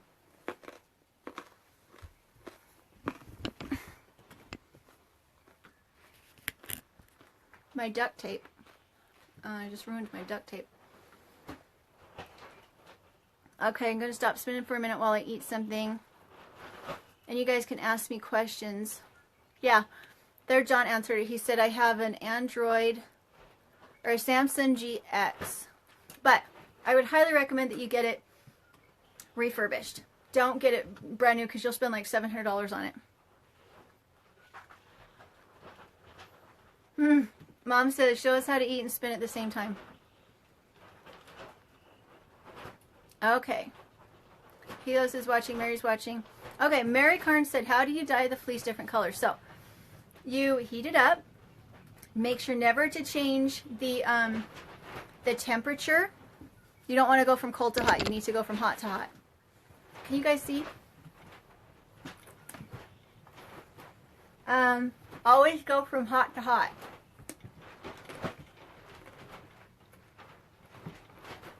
Because if you don't go from hot to hot, you'll felt it, and then your super expensive wool, or your super inexpensive wool that you just spent all this time carding, it'll be destroyed. It'll just felt. So hot to hot, you add vinegar to the water, you add your dye to the water, and they actually have green dyes now that don't have all the nasty stuff in it, so that you can do organic wool dye. And the person you need to go to for that is Straw Family Farm. Christy over at Straw Family Farm. Sorry. Christy over at Straw Family Farm. She knows how to get those organic dyes. Her son has autoimmune problems, major autoimmune problems with dyes and fragrances and everything. But she dyes wool for a living from their sheep wool, and it doesn't make her son sick. And so, one of these days, I think I've already shown you guys, I think I have a video out there of dyeing wool off-grid. You can do it just on a camp stove. You can do it all sorts of ways. You can also do it naturally, but you do have to have mordants that a lot of times have like aluminum in them. And so even the natural ones that are like supposed to be herbs, you are adding sometimes like heavy metals into it. So be careful when you look it up. Even if it says it's natural, really look at those ingredients. Okay, what else are we saying? Pam Ann said, what is your time limit for the combs? I am like you, ash only. Cash only, yeah.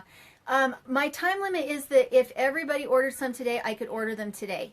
because I just have to be able to fill that first order. After that, I can order 2 at a time and it's fine, but I have to do the $1,000 order the first time. Otherwise, they won't let me be a vendor. And so if 8 combs sold today, I can make the order today. If I have to do a few more live shows to be able to let people know about it, then it might be as much as like 4 weeks. But that means, I mean, we'd have them in 4 weeks, right? And in the meantime, I could be showing you how to use them. I don't know. I get kind of excited about it. Bridget said, where do you live? We live in Idaho. Hot spot. There we go. Renee. Rainy? Is it rainy? Rainy. Rainy David de Alva said it's a hot spot. Yes, that's how I use my cell phone to do internet. Is that I can hotspot with my phone, and then I can even upload from my computer, because I don't use Filmora Go. I use what do I use? I use Final Cut Pro. That's the one that I use. And I do like to be able to sit down to edit mine. But if you're first starting out, a 5-minute video is enough. Oh, thank you, Stephanie. Oh, how far up am I on these comments? I'm not getting to anybody's comments. Carl Foley said, I love that you're spinning and not even looking at it. I can do that with crochet, but not yet with the spinning wheel. It just takes a little bit of time. I did finish spinning and dyeing and applying my first today on the Eco. Oh, that's so fun. I wish I could have pictures. Can I have pictures?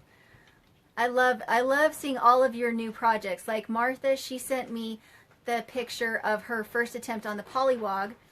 And as a first timer, it blew my mind. Because usually when you're first starting out spinning, it just looks so bad. And hers was so regular. I was just charmed. And I've got wool on my carrot. Okay. Ugh. Wool. Okay. So Pam Best. That's kind.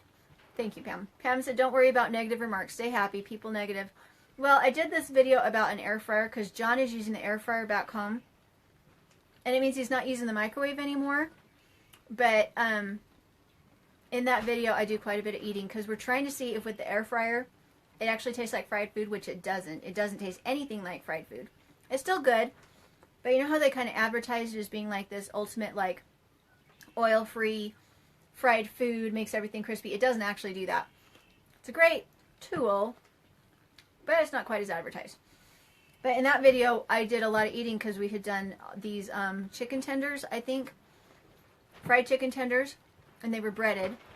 And we were trying to decide if we liked them or not. And I spent the whole time eating, and it really... I don't think I put that one out yet because I'm afraid. Let's see. Shannon said, love chewing noise the way you do it. Oh, I hope there's not too much noise. I'm sorry. Christy Mahoney said, I made myself go get a snack. Weak from the flu. They say that's kind of going around here too then. I have been sitting too much and my back is hurting, and that's... Somebody thought I had the flu because apparently that's kind of what's going around. Romeo Bordello said, what are we waiting here, guys? What's she doing? Oh, was that when I was eating? Sorry. Winnie Prange said, just happened upon this video, but not sure what is happening. Okay, so I'm talking about if you want to do a business without going into debt, like if you wanted to start a YouTube channel or an Instagram account or something like that, or an Etsy store, I'm trying to give you some tips on it. So that's, and I'm sitting here spinning because I'm a prepper. And that's what the channel is about, is prepping. Okay. So John Cullen said, don't let the hater get you. You're amazing. Austin Crook said, wool. Yes, it is wool. So, do you guys feel like you've had all your questions answered? Are you ready for me to go? I'm trying to think how long I've been on. I think I've been on for about an hour and a half. Do you guys have any more questions? Otherwise, I will pack up and I will go add that listing. And if you guys are interested, if you don't have the money, don't buy it. That's, I mean, prepping is not about going out and having a panic buy. A lot of times back in the years when John and I really would have called ourselves hardcore preppers, we'd get that tax return in every year and we start looking around at what we didn't have, and we did get some really amazing tools. But at the same time, I think we had a lot of fear. And so I don't think that you should be buying tools out of fear. I think you should be buying tools because of excitement and because you love it and because you have the funds to get it. And if you're spending the money because you think that it's going to make a huge difference when the zombies come, I think God did not put a spirit of fear upon us. I think there is a spirit of preparation and excitement and joy. And I don't think there's anything, for instance, in order to get the things that I really cared about, I sold things. When I didn't like the spinning wheel that I had before, I sold it and I got a better one.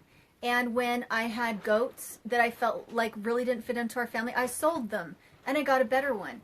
And I did that. I mean, that's really how I do everything that I do. If I'm like, yeah, this isn't really serving me, I sell it. I don't get rid of it. I don't take it to Goodwill. I either make something better, like for instance, the fabric. I don't like that kind of fabric because it's like polyester nylon.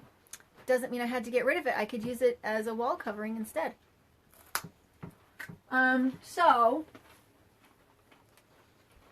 if these are things that you want to get into, then by all means get into them. But if it's a fear thing, or you think you need to put it on a credit card, don't do it. I will not own you as my follower if you put it on a credit card. Because we're getting tools that we can play with, not things that make us stressed out and feel like we're not adequate. So, if you're first starting out, dog brushes will do it. And I got these ones off Amazon for like $2. Takes them like 2 months to get here, but they're super cheap. So you can just use dog brushes when you're first starting out. I do wish I could offer the drop spindles though, because I think they're like $24. And when it comes to drop spindles, you want it to be balanced, otherwise it doesn't spin very well. So, but there are plans online. If you want to make your own out of a pencil and a piece of cardboard and a grommet and all sorts of things, you can totally make it. And then just practice on it, and it'll totally work for you. So, any other questions, guys? Are we good to go? Anything? I'm pretty sure that I walked you through all the paces. Okay, I'm gonna spin for a second. I can't chew and talk. Hey Douglas, I know you keep telling me, and actually I'm going out to get paint today, and I thought of you, and I'm like, okay, Douglas said I have to go get these, and honestly, it would make me feel a lot better to have them in here. And so thank you for staying on it, because I really do need the reminder. I get thinking about other things. And if the kids were out here sleeping with me, I would think about it a lot harder. But when it's just me, I forget. So thank you. I will go get that today when I go get my paint. Morgan Lewis said, do you have a carter? Do you mean a carter? Like a drum carter? Yes, I do have a drum carter.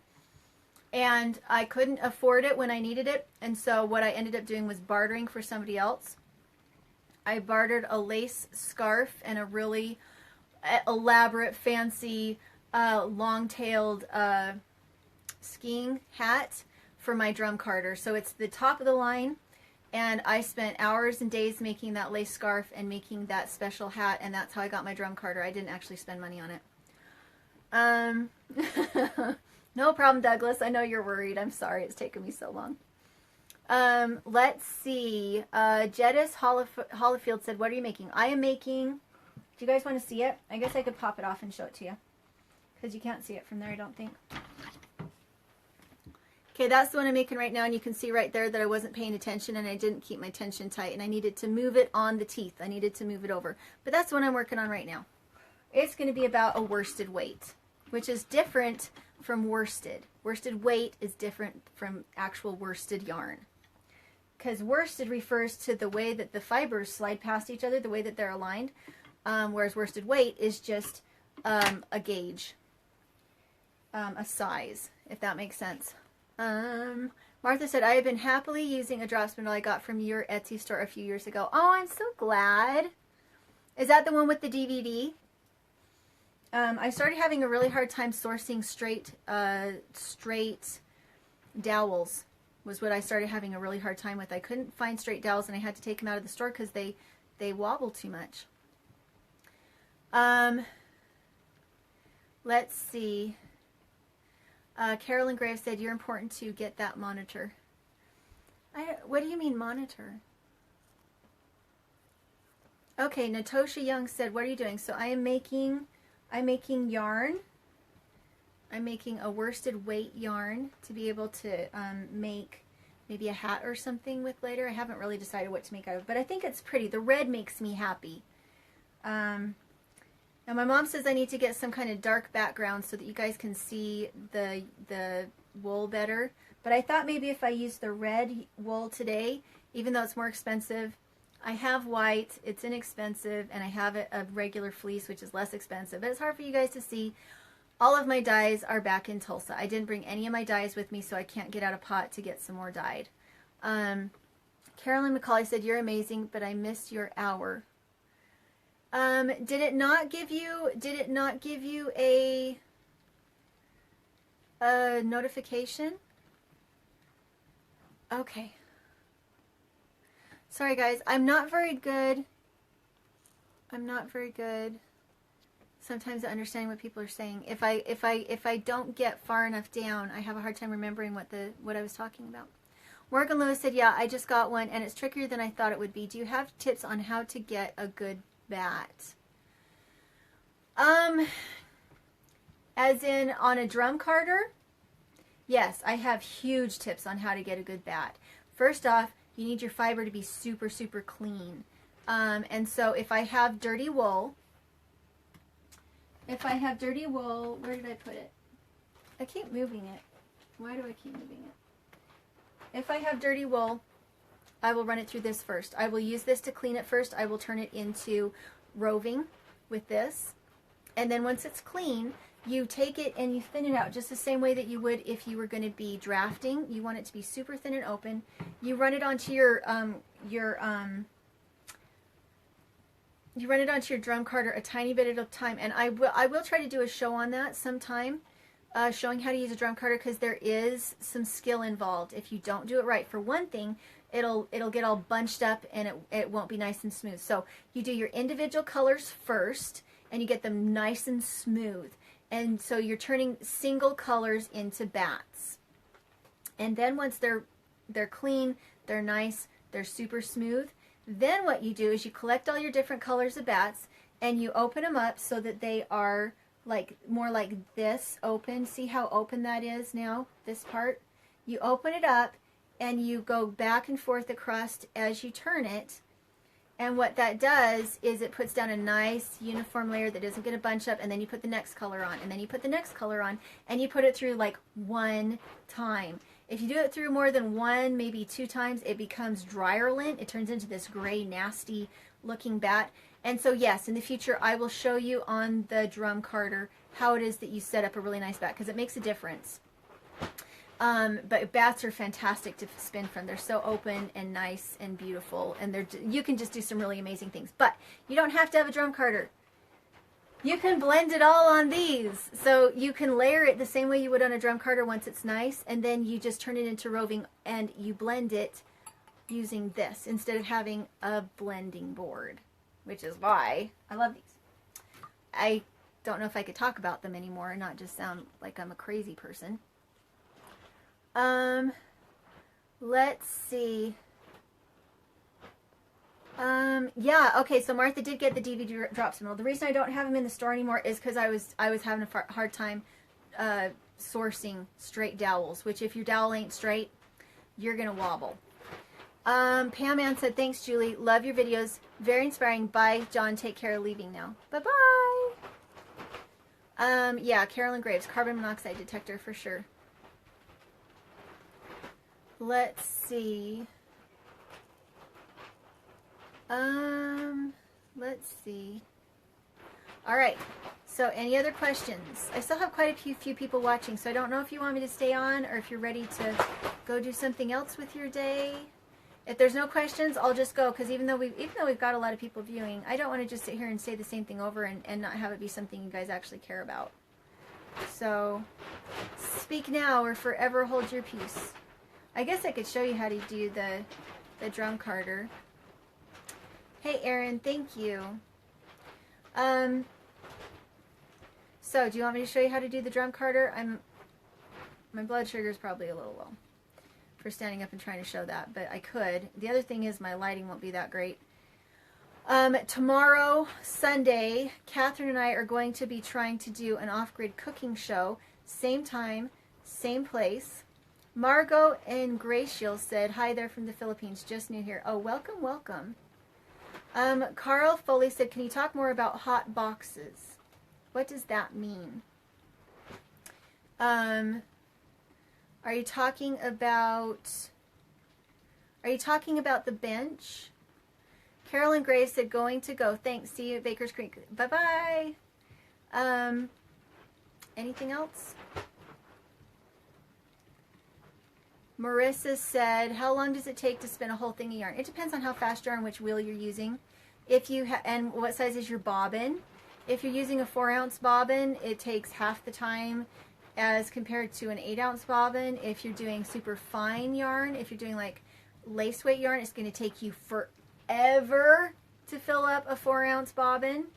And so if you're doing art yarn and it's super, super thick, it takes like 2 seconds. If you're doing lace weight, it takes weeks, which is why I don't like to make socks for sale, because it takes me weeks and weeks and weeks, because sock yarn has got to be very specific. You can't have slubs. It needs to be fine. It needs to be consistent. It needs to be high twist. And I love making socks, but it also needs to be worsted. It can't be woolen. Well, if you want hunting socks, it needs to be worsted. If you want cozy walk around the house slippers, it can be woolen, and that's just fine. But it's just like any other skill. You really have to know what your end outcome, what you want it to look like, in order to be able to predict how long it's going to take. Let's see. Oh, hotbeds. Okay. Now I gotcha. The hotbeds. Okay, so what I want to do now, honestly, I'm so excited about the thought. Sounds like the wind is coming up. Sorry, guys. So, the hotbeds. What I want to do is set 2 hotbeds parallel to each other and have a little pathway going between them. And then instead of using PVC as the hoop over the top to hold the plastic, I'm going to take some conduit, some metal conduit, and make them the hoops over the hotbed so that they can handle the high winds, and so I can make it taller. And then I'm going to put the plastic over that so that I have a walk-in heated greenhouse that is just made out of hotbeds, so that the walls of the greenhouse would be the outside walls of those 2 hotbeds. Does that make sense? And that way it would weight it down and it would heat it, and I would be able to get in there too and stay warm. And it wouldn't cost any more than any other kind of hotbed I've made, because I would just put 2 hotbeds parallel right next to each other to create a little walkway between them. And that way I would just need to turn and tinker with this side and turn and tinker with that side. And when it was really nasty weather, they would, it would mean that only half of the walls would actually be exposed to outside air. You'd have those 2 inside walls. Well, so it would be a little bit more than half would be exposed to outside air, because you'd have the 2 ends. But the inside of the bed would be exposed to each other, and you'd have plastic, and it would help hold the heat in. And I think it would be the ultimate greenhouse, because you'd make it out of pallets, and I just think it would be incredible.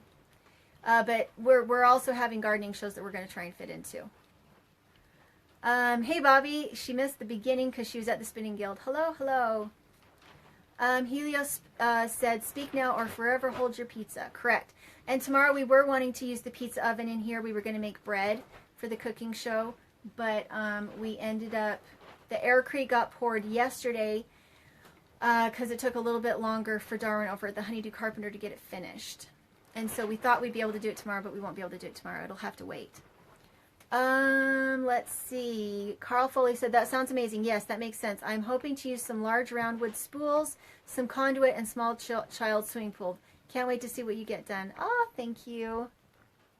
Sean Ashcroft said, hi, I haven't got a clue what you're on about, but you seem like a real wool god.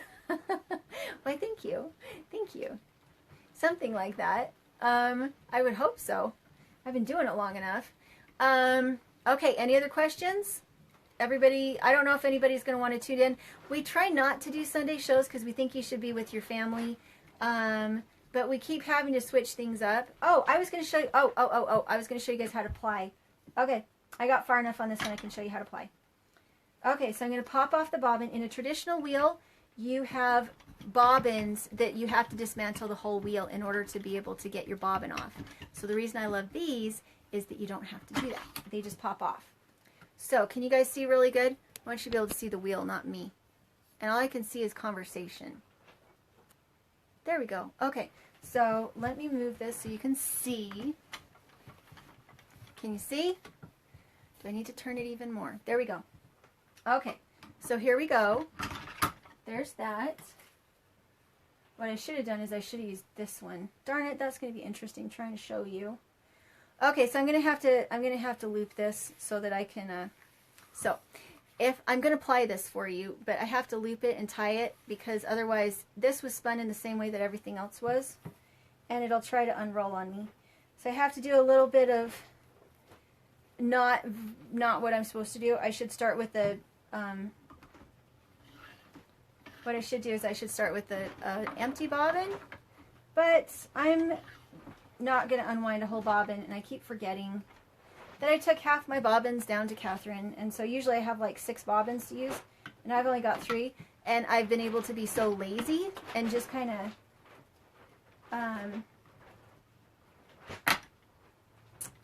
you know, always have a bobbin on hand that I'm kind of spoiled that way. So I'm going to hook this on here so that it can't go anywhere. I don't want it to spin the other way. And I'm going to pretend that it's empty. So none of this, pay attention to this. Pretend that I am starting with an empty bobbin.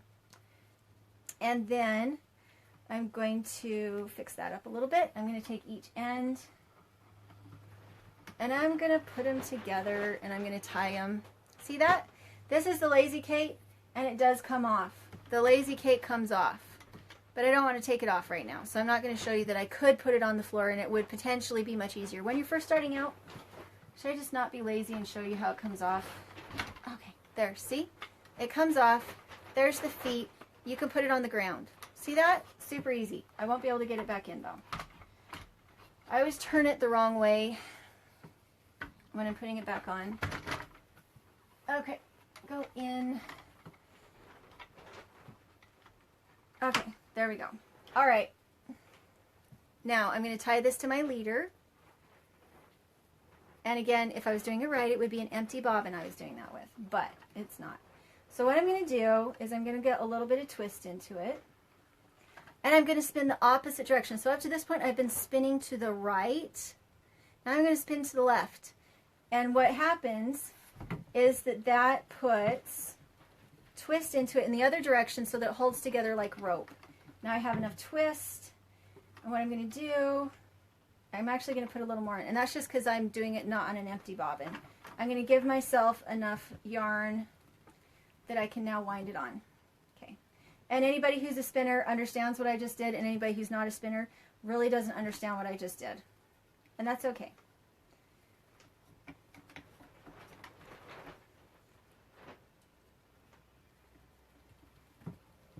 And now there we are. We are now plying. And I should probably, I don't know if I want to make it pull a little harder or not. But that's what it looks like. Now it's yarn.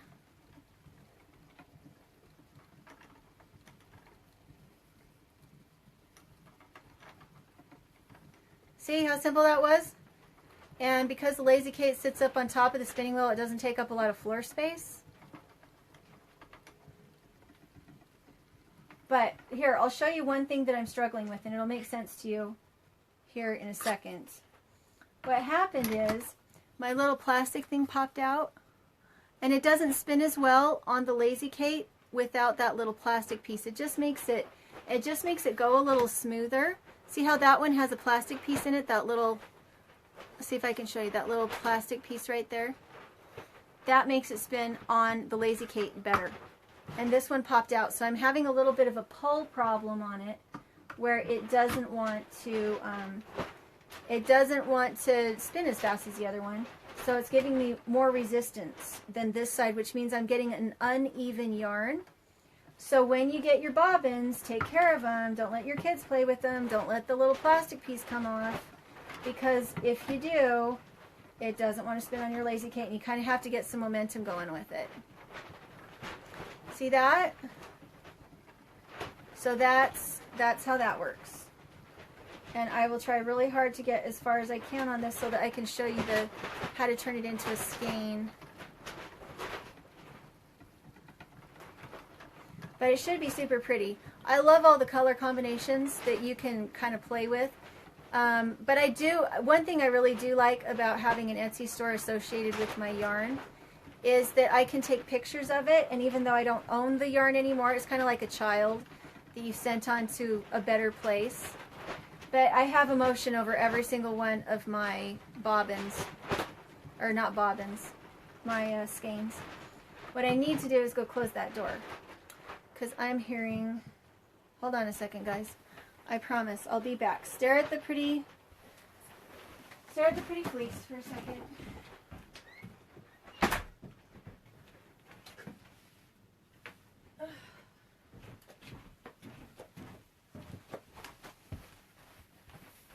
But that's how simple it is. And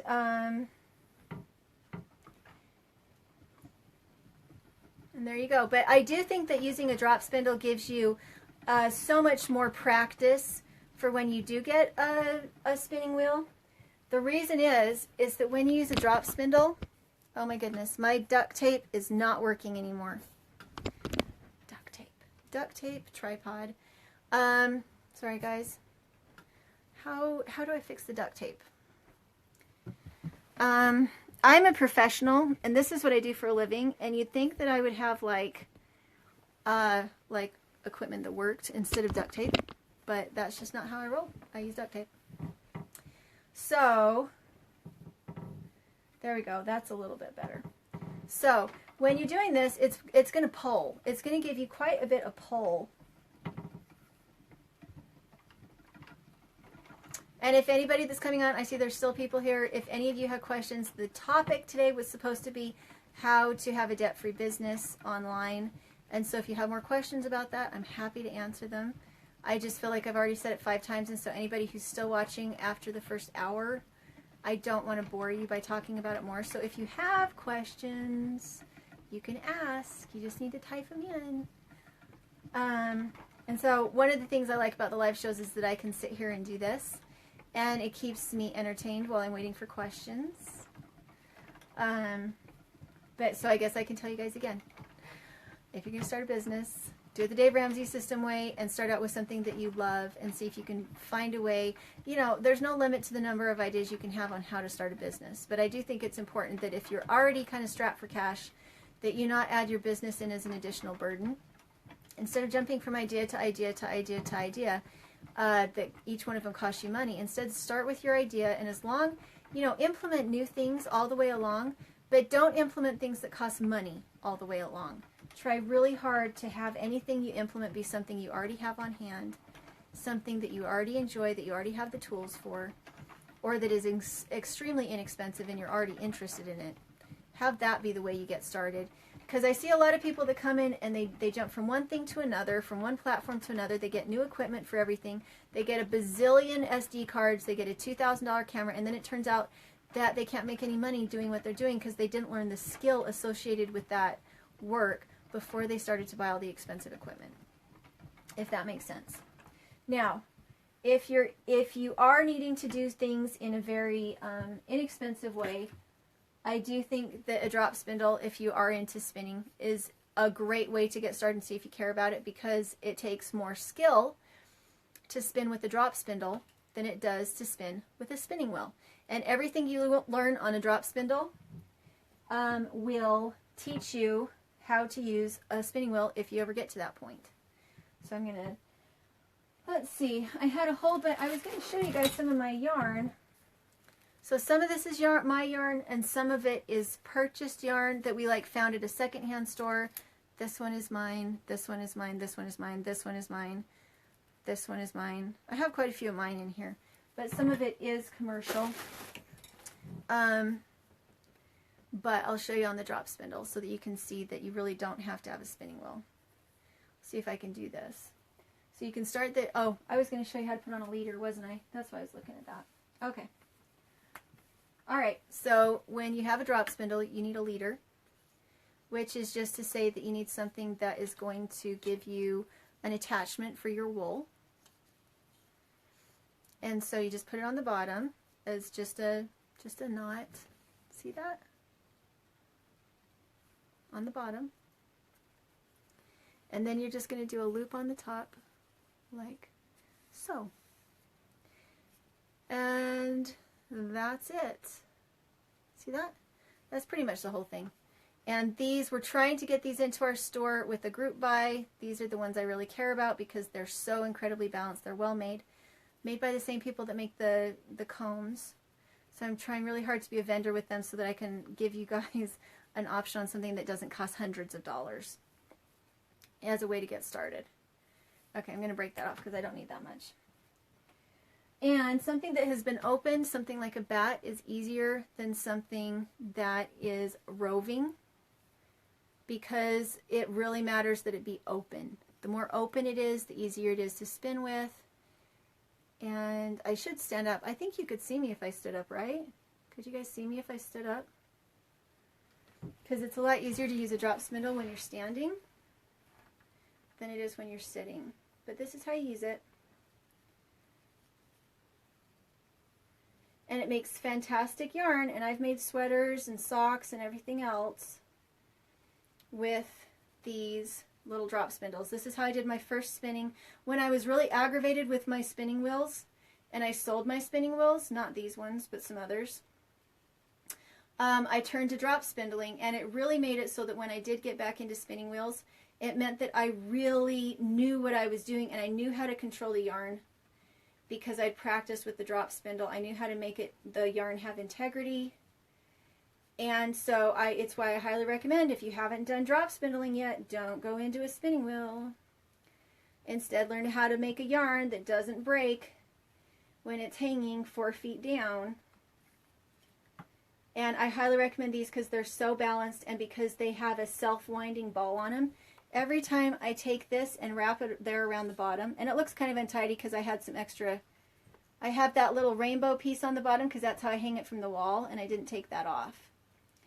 So every time I do this and loop it over and under and over and under, it's winding a ball for me for later so that I don't have to unwind the ball in order to be able to ply it, which you just saw me ply on this, which was that I was taking 2 pieces of yarn and spinning them into 1 piece of yarn. And so this is a really nice bat. It's really nice and open, really easy to draw from. It feels like it has alpaca in it. Alpaca in a bat is super nice to spin with. It doesn't have the same elasticity, and it doesn't hold its shape as well, in other words, as wool does. But it's super easy to spin from, and it's super easy to prep, and it's hypoallergenic. So I absolutely love alpaca. And this one is a nice one. So you can see how easy this is. So it's the comparison between a $24 tool and a $400 tool. Both of them make equally nice fiber, make equally nice yarn, and it's a great place to get started. The other thing I like about drop spindles over spinning wheels, you can put them in the closet. If you have little kids that want to get into everything, which is what happened when I had my big expensive spinning wheel before these ones, I had toddlers, and it was really hard for me to spin on a spinning wheel because my kids would get into it every time I got my spinning wheel out. They would break something. And so if you're a mom with little kids, this is something you can put up into the closet, and even if they do break it, it was $24. It wasn't $400. Now it was a little different once I had a crafting room, because in the house when we were really killing it with the Etsy store 2 years ago, before we went on our big road trip across the country, when I was doing my Etsy store a lot, I had a crafting room with a lock on it, and so I could have all my spinning wheels in there, and it didn't create a problem because the kids couldn't get into it, and they actually did have their own spinning wheel. The spinning wheel that they had was the Polywog. It's the hobby wheel that is really quite appropriate for kids because the treadles are quite small, and it's a very light machine. So the girls had the Polywog, and so they had the least expensive wheel that I owned was theirs to practice on, which was kind of nice. But I really want them to learn better. I want them to really learn on a drop spindle. And so we don't have the Polywog anymore because what I really wanted was for them to learn how to make a yarn with integrity in it rather than something that turned out really slubby and not as nice. So does anybody have any questions? Or is everybody just fascinated by the spinning object? You do want to keep this up on your arm out of the way when you're spinning with the drop spindle. Otherwise what will happen is if this comes down here, it gets caught and then it turns into a nasty mess. So I haven't prepped this very well. If I had prepped this the right way, I would have drafted it out a little bit more than that. So, any questions? Everybody good? Anybody need anything? Oh, I was going to talk about Ashley's book. Okay, Ashley Martineau. She has this book. So we had some people asking about dyeing. It's much less expensive to dye your own wool to get a fleece than it is to buy one of these bats. These bats can be very expensive, 4 to 8 ounces for 30 bucks. And so what she does in this book is she teaches you how to dye, and she teaches you how to use a drop spindle. She teaches you how to spin on a spinning wheel. She teaches you how to comb, how to use a drum carder. This is a fantastic book. I bought this years ago, and so if that's the kind of thing you're looking for, this is a good one. It is Spinning and Dyeing Yarn by Ashley Martineau, and her YouTube channel is How to Spin Yarn. So, anything else? Anything else anybody wants to see me do? I think I've pretty much already showed everybody how to do everything. And so, this is one of my hats. It's a double hat. It actually is 2 hats as one. So one of these times, this was one of my biggest money makers on my Etsy store, and I charged a lot for them because I had a lot of time into them. But sometime in the future, we'll do another video with how to knit, how to ply, all those other good stuff. So if you're interested in the combs, if you're interested in the little drop spindles, I do have to do it as a group buy type of thing, but I'll put them on the Etsy store so that you have them as an option. And if we get it ordered now, then hopefully I can have it to everybody in a couple weeks. And if it drags on, it means that we probably won't get it for 6 weeks. And if not enough people sign up, then I'll just refund your money. And that's how we'll do it. So it's Etsy.com, ETSY.com, and the store name is Dirtpatcheaven. So if you're interested in that, and Catherine and I are doing a show tomorrow. We were going to do off-grid cooking, but now I'm kind of not sure. Food storage, off-grid cooking. So we'll see how that goes. So I'm going to go ahead and go, and hopefully this was fun for everybody. It was fun for me. Thanks for coming in. And if you're in Missouri, we would love to see you there. It's the Bakers Creek Spring Planting Festival, 6th and the 7th. We'll be there with Off-Grid with Doug and Stacy. We'd love to see you there. And we hope to see you tomorrow when we're doing our cooking show. Please make sure to share this video so more people can see it. And we'll talk to you later.